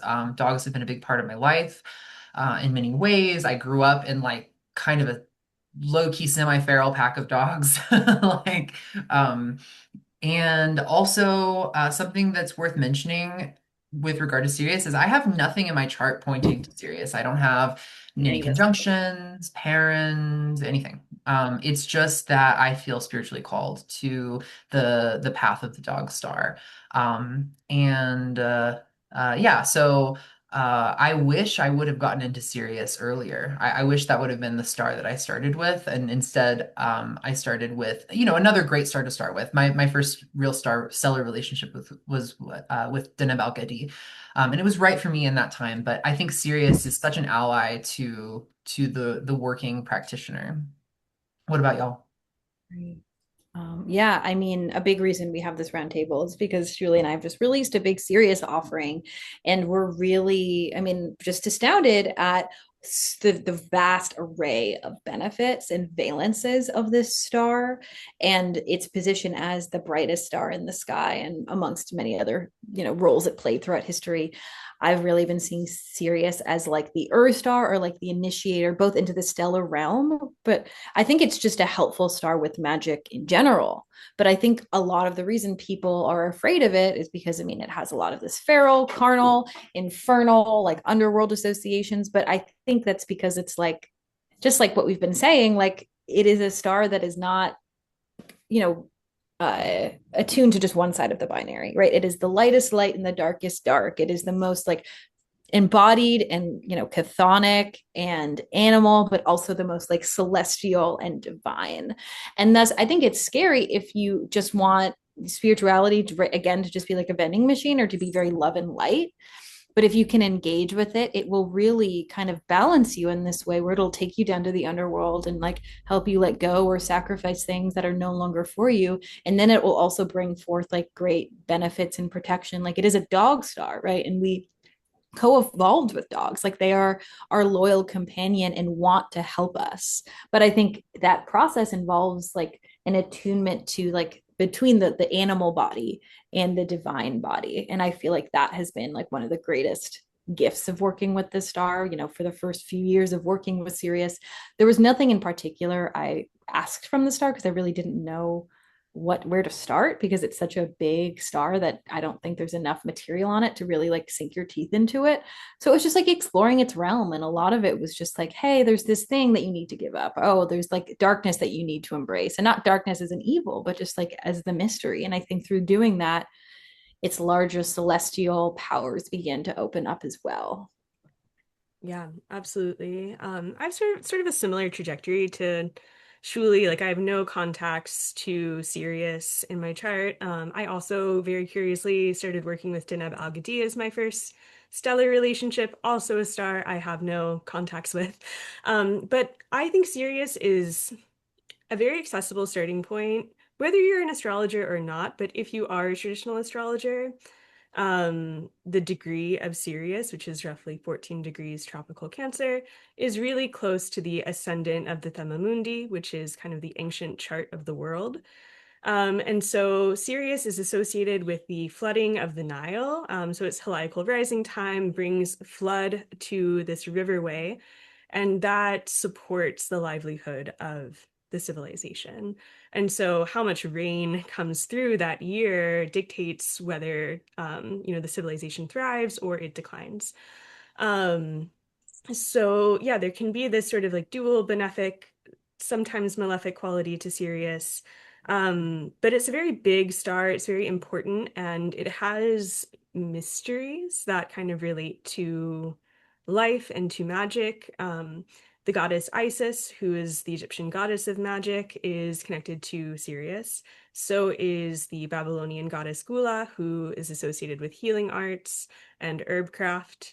Um, Sirius is just a very big star who has these syncretisms to, goddesses throughout time, including Aphrodite.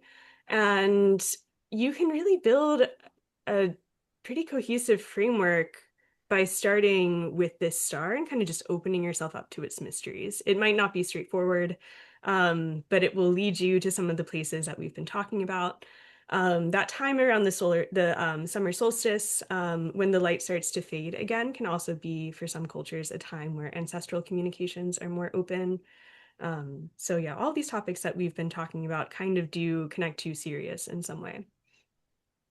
Yeah, and it kind of comes back to, one of the big ways that I've interacted with Sirius is as a star that represents like the Great Mother, which, there's a certain name that I use for that big, like Chloe saying the Ur star, there's like the Ur mother, right? That is just like the creatrix, all of that. And Sirius is a big part of how I have interacted with that, really big, very ancient spirit who is a extremely potent protector and psychopomp. And one of the things about that sort of experience of divinity is that it's like both the protection, right? But also, one of the reasons that she's such a strong protector is because she's a destroyer, right? Like that's one of the reasons, she rules birth, but also death. And so that's like, who better to have on your side, right?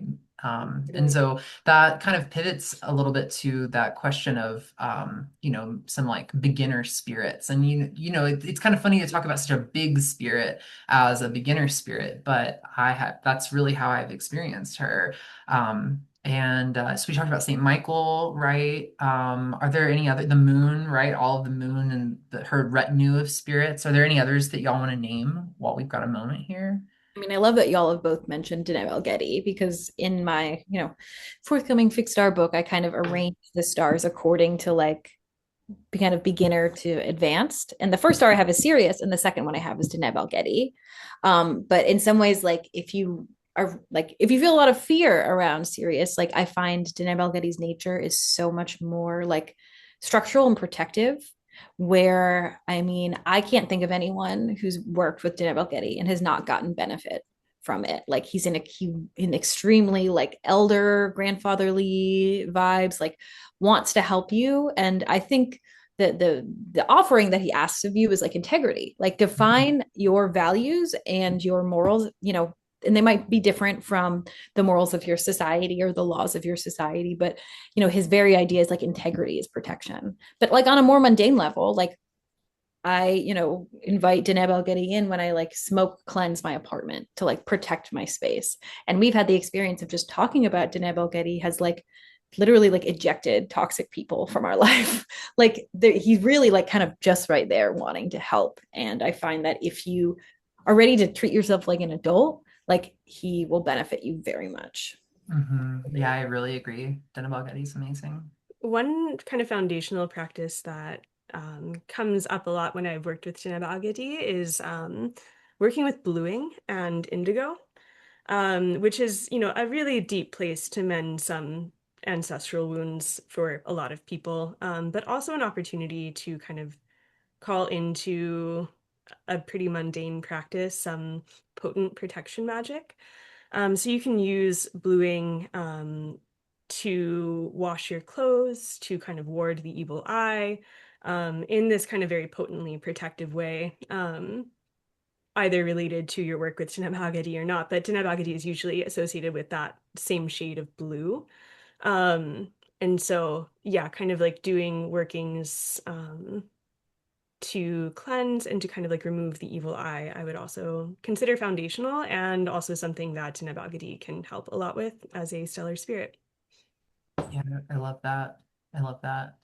Um, Another one I wanted to mention, kind of coming back to where we started with the land, is the spirit of your house, and then Mhm. the spirit of just like the land that you live on.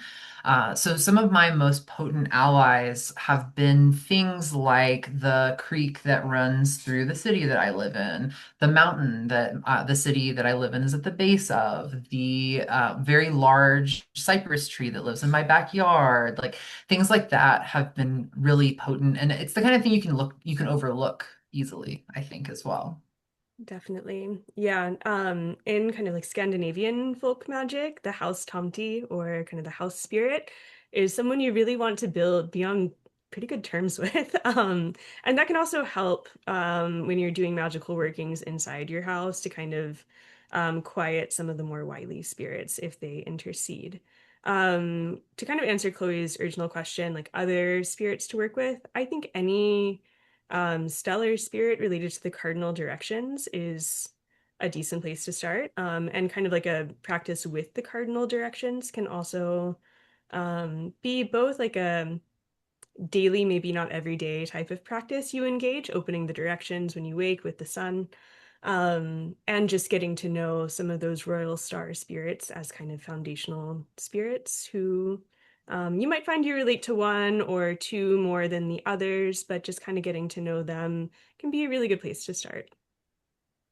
Yeah, and the one I would say in particular that is often the one that's most overlooked is Aldebaran, which is corresponds to the sunrise, and the east, it's the eye of the bull. And in my experience, it's very much about like if you want like a regular practice, whether that is a spiritual practice or like exercise or diet, or work, but not in this way that's punishing yourself, but is it like the vigorous energy that comes part in like the interchange of work and pleasure, like that is your star. Like so much of their royalty comes through like the body, like nourishing yourself, like spreading like your abundance with other people. And right, again, because it corresponds with the east and sunrise, like I find like it is very sympathetic towards like building up something that is regular. Like out of all of the royal stars, like I found like Aldebaran is like, no, you're gonna wake up every day at sunrise and like pray to me. It doesn't have to be a big thing, but you're gonna do it every day. I love that. Will you remind me?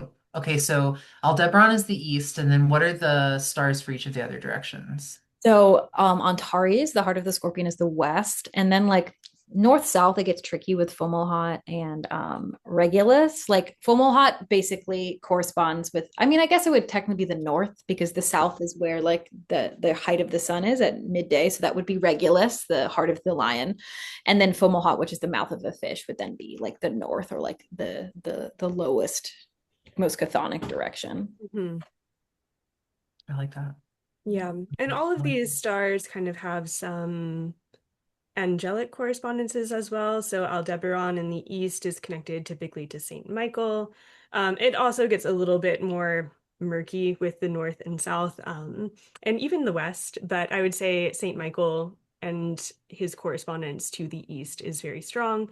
And within that, there's kind of this integrity of your actions as they align with the words that you're speaking. And that is kind of the hearth and the essence of a magical practice is aligning your words and your thoughts with what you're doing sympathetically in order to exact some change or to, kind of be with the flow of reality, the world.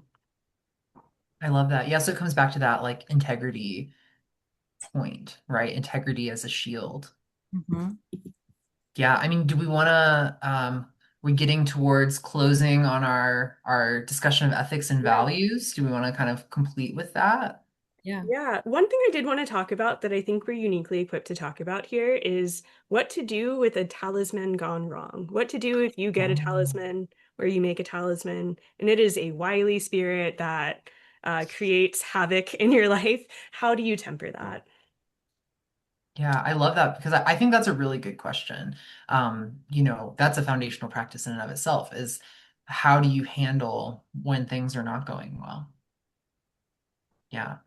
For me, divination, first off, that's always where I start, especially when working with talismanic spirits. Like, what's going on with this spirit? Is the problem that I'm experiencing, is this something like my life is adjusting to this talisman? So maybe I should keep going with it.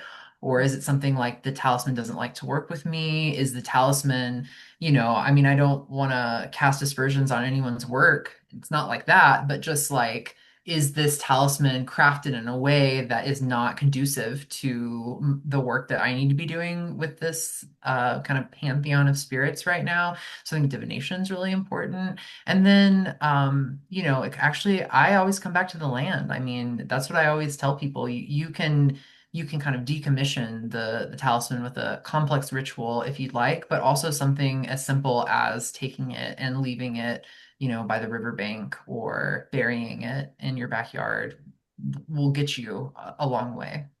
Yeah, definitely. I agree with that. And some of it might depend on what is the talisman made out of. Because if it is more materia, like an oil or something that's a lot easier to decommission, than a piece of jewelry that you've made, metal tends to, be more enduring. But yeah, there are ways to decommission a talisman, and I agree. Having some basis of divination can prevent you from maybe getting into some of these situations in the first place and help you figure out exactly diagnostically what's going on there. Um, and yeah, I think, if you feel kind of untethered by the influence of a talisman, I think, and you don't know what to do, just a general protocol of burying it, is a really good practice. Yeah. Or if you're lucky like me and you have a talisman that you made that maybe was not right for you, I've had it just disappear. Yeah, totally. It's like, okay, I don't need to go searching for that. I think I get the message. Mhm. Gifting also, I mean, if it's a talisman that the spirit is actively a problem, then maybe don't gift that to, I mean, you could give it to your enemy maybe, but right. But I think that's one that's happened for me a lot too. When I've made a talisman that, I felt really confident in it. I got good divination, and then after I made it, it just kind of didn't really, I don't know, it didn't really sit with me right, or it affected my body in strange ways I didn't like. I've often then found myself encountering someone who actually could really use that energy in their life, and then I'm like, oh, okay. So maybe what I was meant to do here was make this talisman and go through this whole process and then give it away. Yeah. I mean, talismans, they're kind of like us, they're spirits, and you can do a lot of rigorous testing on them, but it's sort of like trying to guarantee that two people will get along. Like, they might not necessarily mesh. And it's not because of the maker's error. It's not really the talismanic spirit's fault. It's also not your fault if and when that happens. It's just not all spirits get along. Right, right. And that actually comes back to one of the things that I wanted to kind of talk about with this like final point on ethics is when we say spirit, like I'm not coming at this from a theosophical perspective where all these spirits are beings of love and light and benefit and positivity to our lives. They have the full spectrum. There are some spirits who are beings of love and light and want to bring positivity into our lives, but there's also spirits that want to see us fail. They want us to gossip. They love to see us in conflict, fighting with each other, and that they like feed off of it. One of the teachers that we've all worked with in some capacity, Josephine McCarthy, talks about these spirits as parasites. Like there are these like kind of hungry ghosts that really, really want to see people in conflict because it creates this feast of negative emotions. They might want to see you, consuming substances, all kinds of things like that because there's a feast for them to enjoy off of it. So that's something I always want to name here is that like in the same way that there's a full range of humans, there's also a full range of spirits and every single kind of pantheon of spirits that can be true for. There's land spirits who really want to support you and help you find a job. And there's also land spirits who are sick of humans and want to spite you however they can. Yeah, and I feel like that's why, in two other contexts that I might contextualize spirits, like either calling them the good neighbors, or kind of like with Jinn, there's sort of this dualistic character that you see kind of regardless of your cultural context or background when it comes to intermediary spirit communications, where they're good, they're bad, they're something else, like they can be a whole spectrum of things, is kind of the realm of Mercury. And so trying to say any one definitive thing is probably just not going to apply.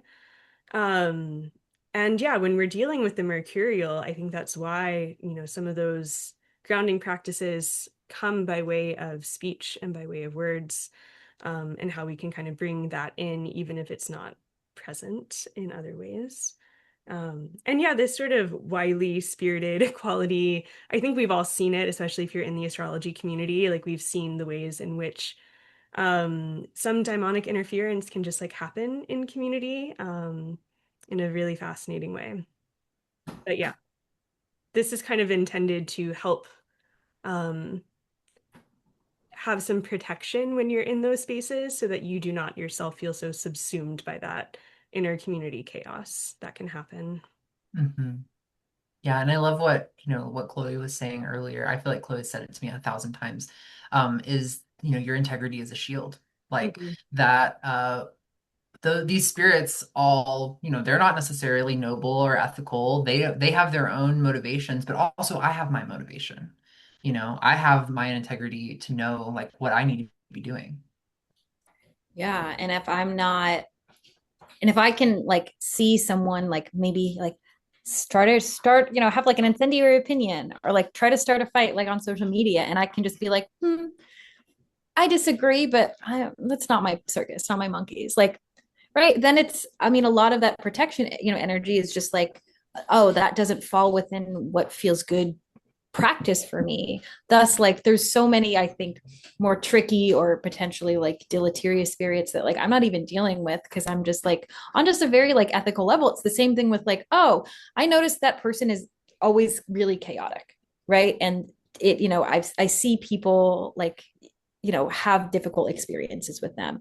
Like, even like, I don't necessarily want to like partner or like collaborate with this person because I know that I can't just get what I want and move on, right? Thus, like, there's a lot of chaos, like whether that is like with in my human life or my spirit life, that is just avoided if you're like, that doesn't feel right, that doesn't fit into my code. Hmm. Hmm. It's really how I see it. Yeah, exactly. Absolutely. Yeah, I think kind of go something I saw that we had outlined under ethics and values is like resisting those carceral or punishing tendencies in community, resisting the intent to try to control another person's actions or their path. I think that's something that's very foundational to my practice that I came into before I ever came into the astrology community. And I see people get really hung up on this when you find something that's really potent and powerful and that works. And you are really invested in the like texts and the tradition of it all. And you get really frustrated that not everyone else you're interfacing with is on the same level. And there's this like desire to try to control what someone else is doing or what is true for them. And I think just like when you feel that impulse come up in yourself, I felt it come up in myself, just kind of taking that as a sign to pause and, um, kind of get out of the Saturn realm a little bit, which can be a little bit like that in its imbalanced state. Hmm. Yeah, that's so true. And it doesn't necessarily mean that if someone is actively causing harm that you just let them do it either, right? Like it's the kind of that sweet spot of, you know, I think that's one of the things that I am happy to espouse here with all of you is it's like it's not that there's like a correct code of conduct that we all need to follow. Like, I don't think that's exactly how these things work, but more so that, it's about having my own boundaries and my own integrity within my boundaries and acting in a way at all times that I feel I can stand behind. And so sometimes, maybe that means being like, oh my God, do you see what that person's doing? But like, if I can stand behind it, then I can stand behind it, right? Yeah, word Yeah, and action. Yeah, word in action. Very well said. totally. Usually when you feel that behavior come up in you, like there's a way that you can still channel that or use that in a different way that might have more positive effect ultimately within the community. And usually that looks like not making it about the one specific individual unless that is very contextually necessary to the conversation, and kind of using that to inspire, either your own ethics or integrity of practice or like what you want to communicate about that to the world, because that's going to have a lot more influence ultimately. Right.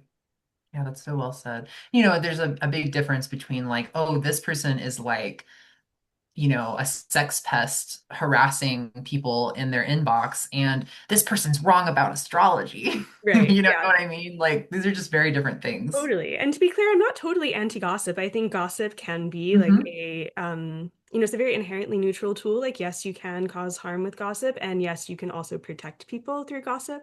So Exactly. it's just contextual. Exactly.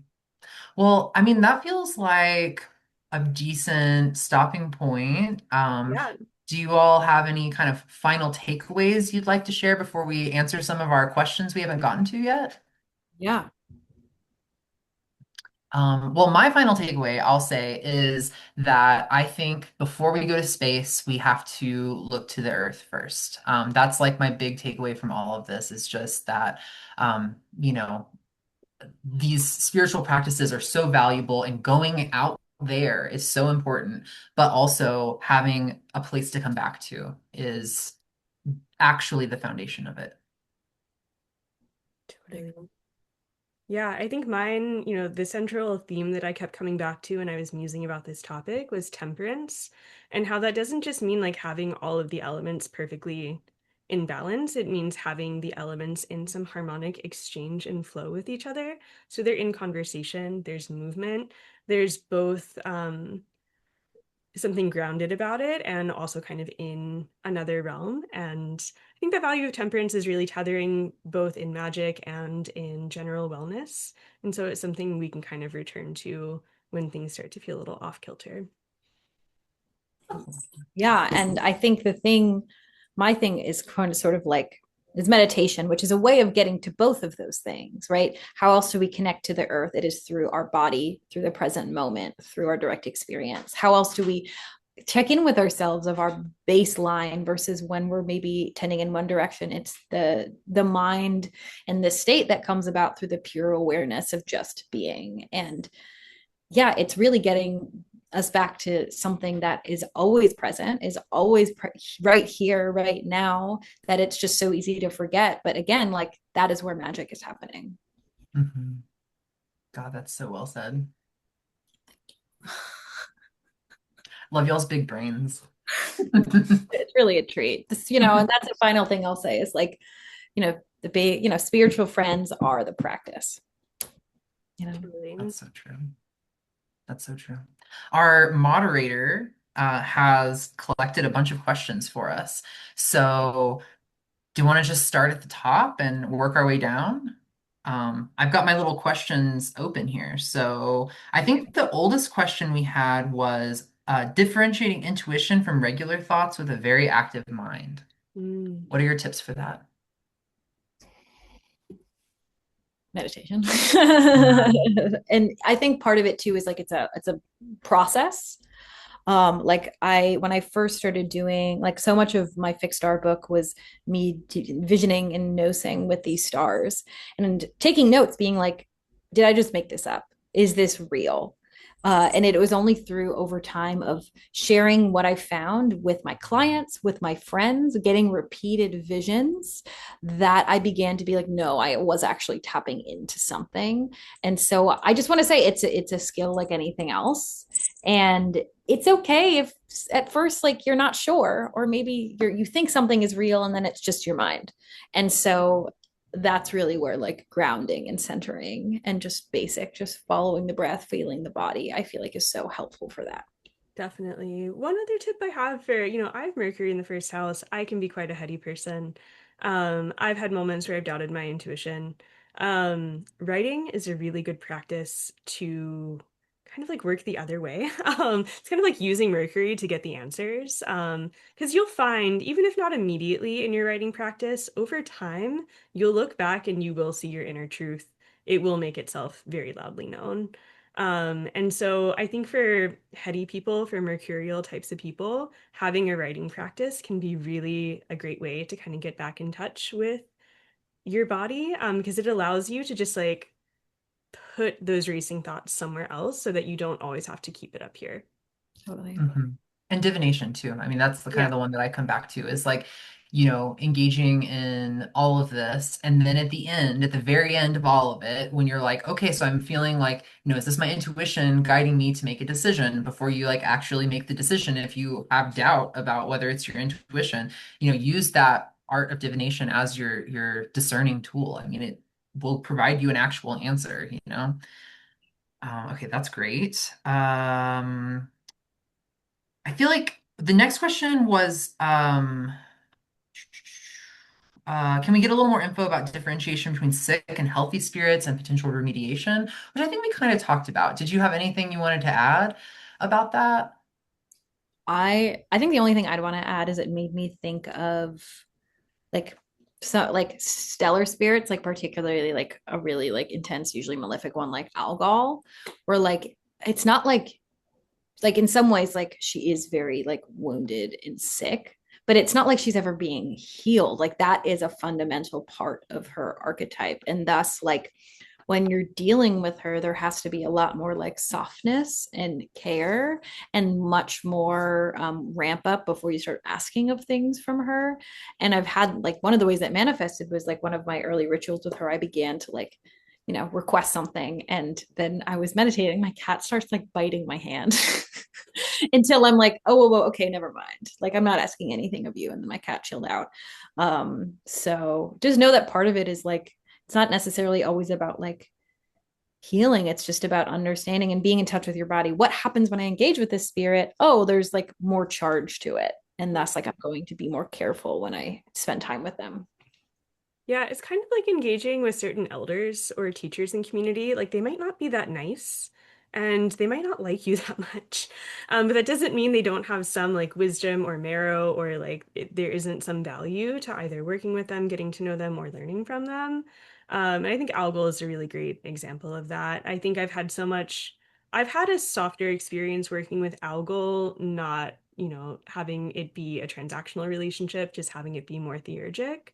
But I can definitely see how if you were to approach her with, something that might offend her spirit, your hand might get burned on the stove pretty fast. And in terms of like sick spirits or unwell spirits, I think that's where you can lean into some of your other um, relationships to kind of help protect you from.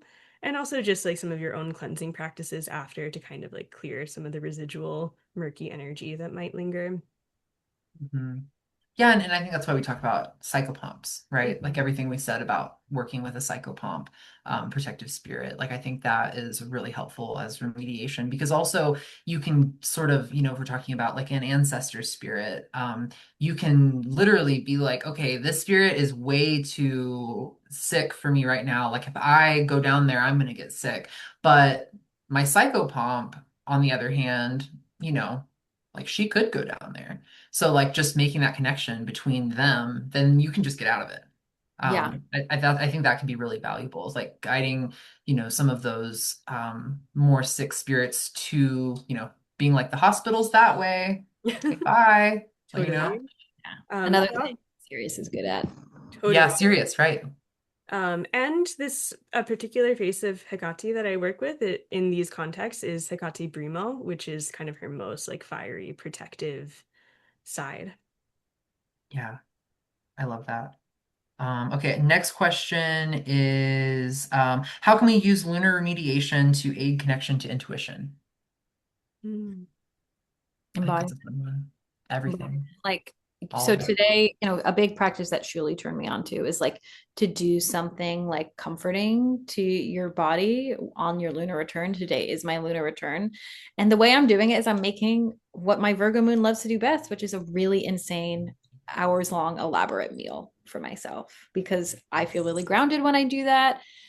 And yeah, I just enjoy it. And things that help you get back into the body, like that is where that gut feeling lives. Hmm. Yeah, it's like I almost don't want to say words for this because it feels so kind of beyond the realm of speech or language. But yeah, I think attuning oneself to the moon is just an inherently kind of like as a practice of engaging the weird or the strange and also cyclical time in a different way. And so I think it is both very embodied and it can open you up to so many other things inherently. But in terms of just kind of like coming back, I think using a moon practice to facilitate some of those more mundane practices, again, kind of like the cleansing routine of it all, is another really helpful way to kind of come back to please your house spirit, to maybe please the other beings you live with, and then to also kind of feel like you can relax in your surroundings and hear yourself better. Yeah, I really like that. My favorite thing, like my plug for the lunar return, is that in more kind of conventional astrological magic, we're always taught, oh, well, work with the moon when she's waxing, work with the moon in Cancer, work with the moon in Taurus. Well, I personally am a Sagittarius rising with the Capricorn moon. So when the moon is in Cancer, she's opposing my natal moon. When the moon is in Taurus, she's in my sixth house. Like, maybe those aren't the times where the moon is the most potent for me, but your lunar return is the time when the moon is for you, right? Like, so when the moon is in Capricorn, I mean, yeah, that sucks for everybody else, but it's great for me. Like that's my moon time. And so really leaning into that. And I think with the moon stuff, it's like your intuition will follow. So just, engage in those lunar practices and in those lunar remedies. Next question I have is curious about differentiating self from very strong ancestral slash spirit attachment. I found meditation very helpful, but sometimes it can also get very labyrinthian and tricky. I think this is a really good question. Hmm. Yeah, I think a big part of it, because I've also experienced, some of those very strong spirit attachments, the story that I was telling earlier. And I think that is a place where working with a psychopomp is really helpful. And also figuring out like when enough is enough, because you can do too much. You can meditate too much. Yeah, that would be a time where if I was feeling really afflicted by that, I might intentionally veil almost every day in my day-to-day life. I might also do like kind of ramp up some of the cleansing protocols, in addition to what Shuly mentioned, just like building that relationship to a psychopomp. Um, and something I do in client work is some, kind of just like really simple practice of, kind of doing like a circular motion around my stomach area with my hand and then cutting cords and attachments, which you can also do in bathing rituals and other practices. So if you feel that there's this attachment, it's a little too close for you, doing some kind of intentional cord cutting might be necessary. Mm. Yeah. Yeah, just to echo the point that like you can meditate too much or you can use it as a form of like spiritual bypassing, Hmm. like ignoring your issues. Like it's one thing if you're like in a relationship or in a job that like consistently stresses you out and then you use meditation to be like, oh well, now I'm calm again so I can keep engaging in this toxic thing. Like sometimes the thing that solves it is like cut, making a boundary over the thing that is labyrinthine. And sometimes it's also like, having someone like, a therapist or a spiritual teacher who can take you through that, because that's one of the things in meditation is like so much can come up that feels really dark and heavy. And sometimes it's yours and sometimes it's not. And oftentimes the way to deal with that is just continually sit and let it pass through. But sometimes it requires something a bit more complicated or actions beyond the meditation cushion on your part. Yeah. Mhm. Yeah, I really love that. One thing I was thinking about for this one was also, I think our moderator Eli was highlighting the serious stuff, and I think that that's a place where serious could be really helpful when you're working with some of those really strong spirit attachments. One of the things that we presented in the zine portion, we have a zine of spells that go with our serious class, and one of the spells is a spell against fear. And I think is very potent for this sort of thing, for where you need to have like a really firm, clear boundary. Because I think fear is part of it, right? It's like the things that lead us to fear. So yeah, I That's wanted to shout that out. The next question was, do you need to research your genealogy before reaching out to ancestors? How do you identify with who you're connecting with? And I think we more or less answered that one. Did anyone have anything they wanted to add? It's impossible for me to research my ancestors. Like I come from like illiterate Italian peasants. Like it's also like in my experience, like again, it doesn't feel that important sometimes. Like if I can discern certain spirits or certain like ancestors that are helpful, that's great. But like nevertheless, like it's to me, it's the action of visiting and giving offerings that is like more important than my mind discerning every little Yeah. detail of being. Absolutely.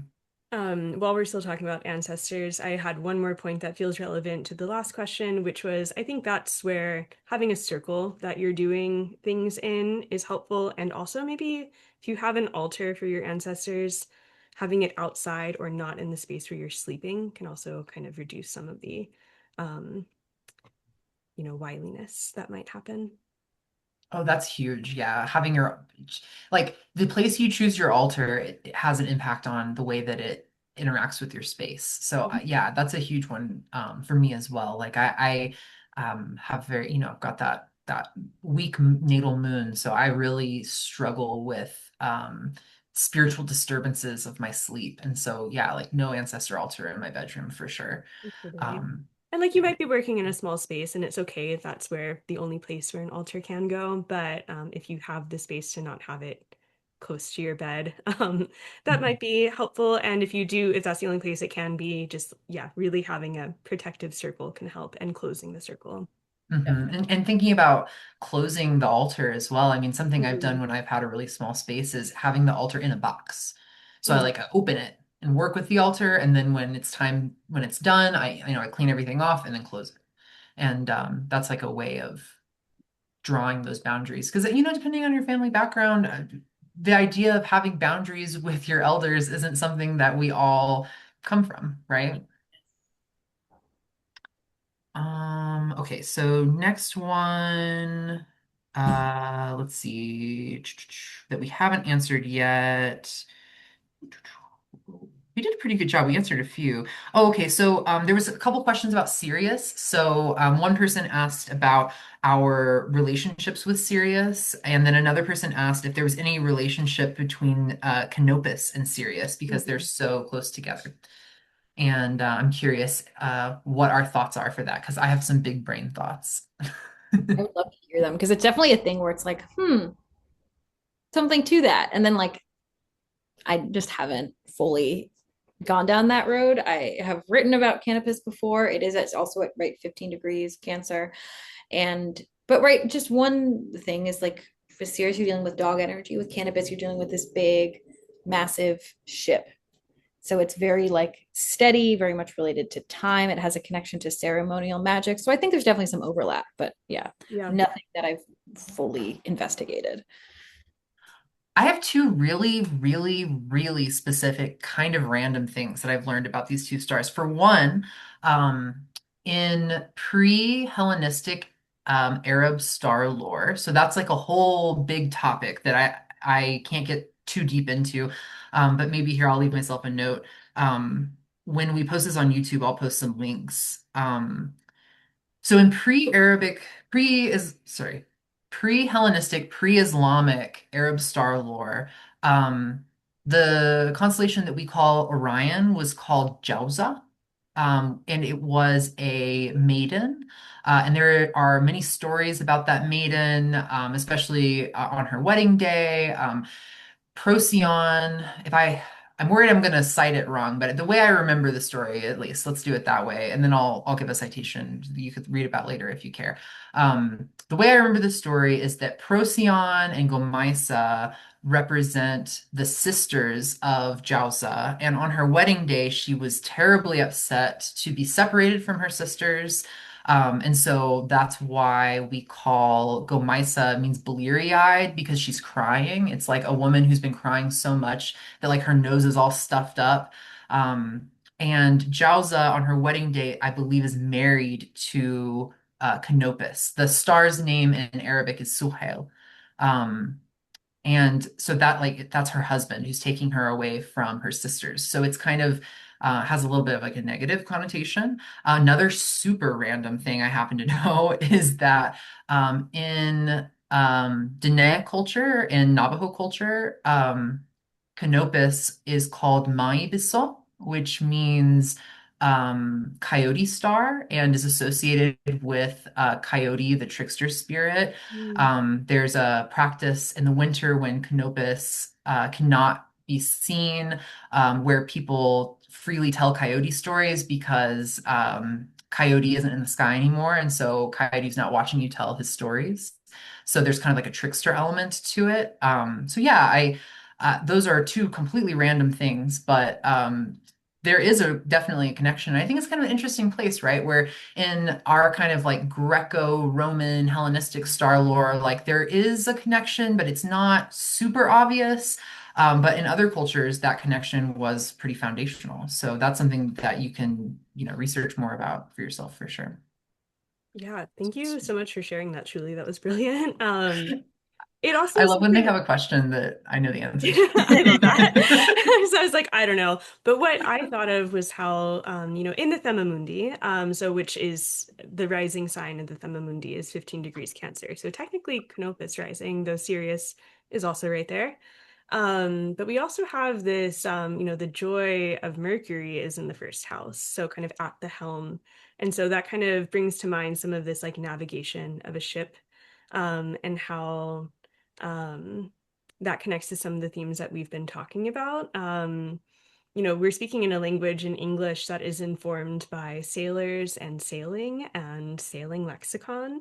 And, how you navigate your own ship is in many ways steered by, yeah, that kind of like foundational connection to language and where that relates to actions and how we, yeah, navigate the waters of life. That's actually so wild. So I've never made this connection before. This is just totally happening in my brain right now. But having you mention that, it makes me think about Isis, Mm. because Isis was a patron of sailors, and she was kind of famous for, of all of the Egyptian deities, she was one of the few whose, oh, my cat is like, hello. She's one of the few whose cult spread way, way, way far outside of Egypt to many people who weren't Egyptian. And part of it was because she was spread by sailors. There's a really famous statue of Isis from it's like in southern France. That she was spread all throughout the Roman Empire, and of course, Isis is the goddess that's associated with Sirius, Sothis, Sopdet, Isis. So there's also something to think about, like the ISIS sailing piece. That's kind of I don't know, I never thought about that, but I love that. Yeah, there's so much here that we could get into. But I love that. And one thing that feels relevant to mention is Hecate's connection to magic or her association with magic and the magical comes from her syncretism with Isis.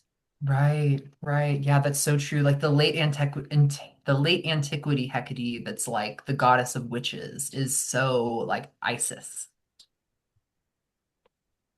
Okay, that was the last question I had listed that we hadn't addressed yet. I'm just double checking to make sure that there isn't anything that we've missed. Oh, someone mentioned that they have or sorry, wait, let me read this actually. Okay, yeah. Someone mentioned that they have a small bookcase area that they use as an altar that has a curtain they can draw across it. And I thought that was a really smart idea too for working with a small space. Something like it's also like not quite as much effort as like opening the box and constructing the altar and then putting it all away, which that's something I noticed when I was doing that, is that it ended up being that I didn't sit with the altars frequently because I just didn't have the effort in me. But I think a curtain is a really good idea. I should do that. Yeah.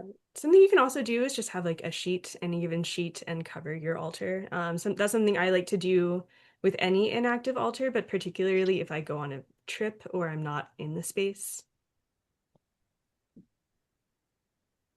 I love that. Well, I think then that brings us to the end of our questions. I feel like we did a good job of like addressing some of them as we went. There were some really, really potent questions in the chat. Yeah, thank Um, you. The questions really helped steer the conversation. So maybe bringing in that Canopus theme. right, yeah, that's true. That's true. This has been such a pleasure. I think it's been really nice to see the, group of people who showed up. I wasn't sure who we were gonna get, but we had such a lovely crowd today. Yeah, thank you all for being here. Thanks so much. Awesome. Well, I think our final plans, we're going to post this on YouTube, right? So, we'll share that online when we do it, so people who didn't attend can see it. But also, I know someone asked pretty early on if they would be able to do that, so they could take notes and everything, and we'll definitely have that. So, yeah, any final thoughts? We said so many things. My head's empty. All That's right. it. Yeah. Thanks so much. Awesome. Well, such a pleasure. Yeah. Bye. Thank Bye, you. everyone.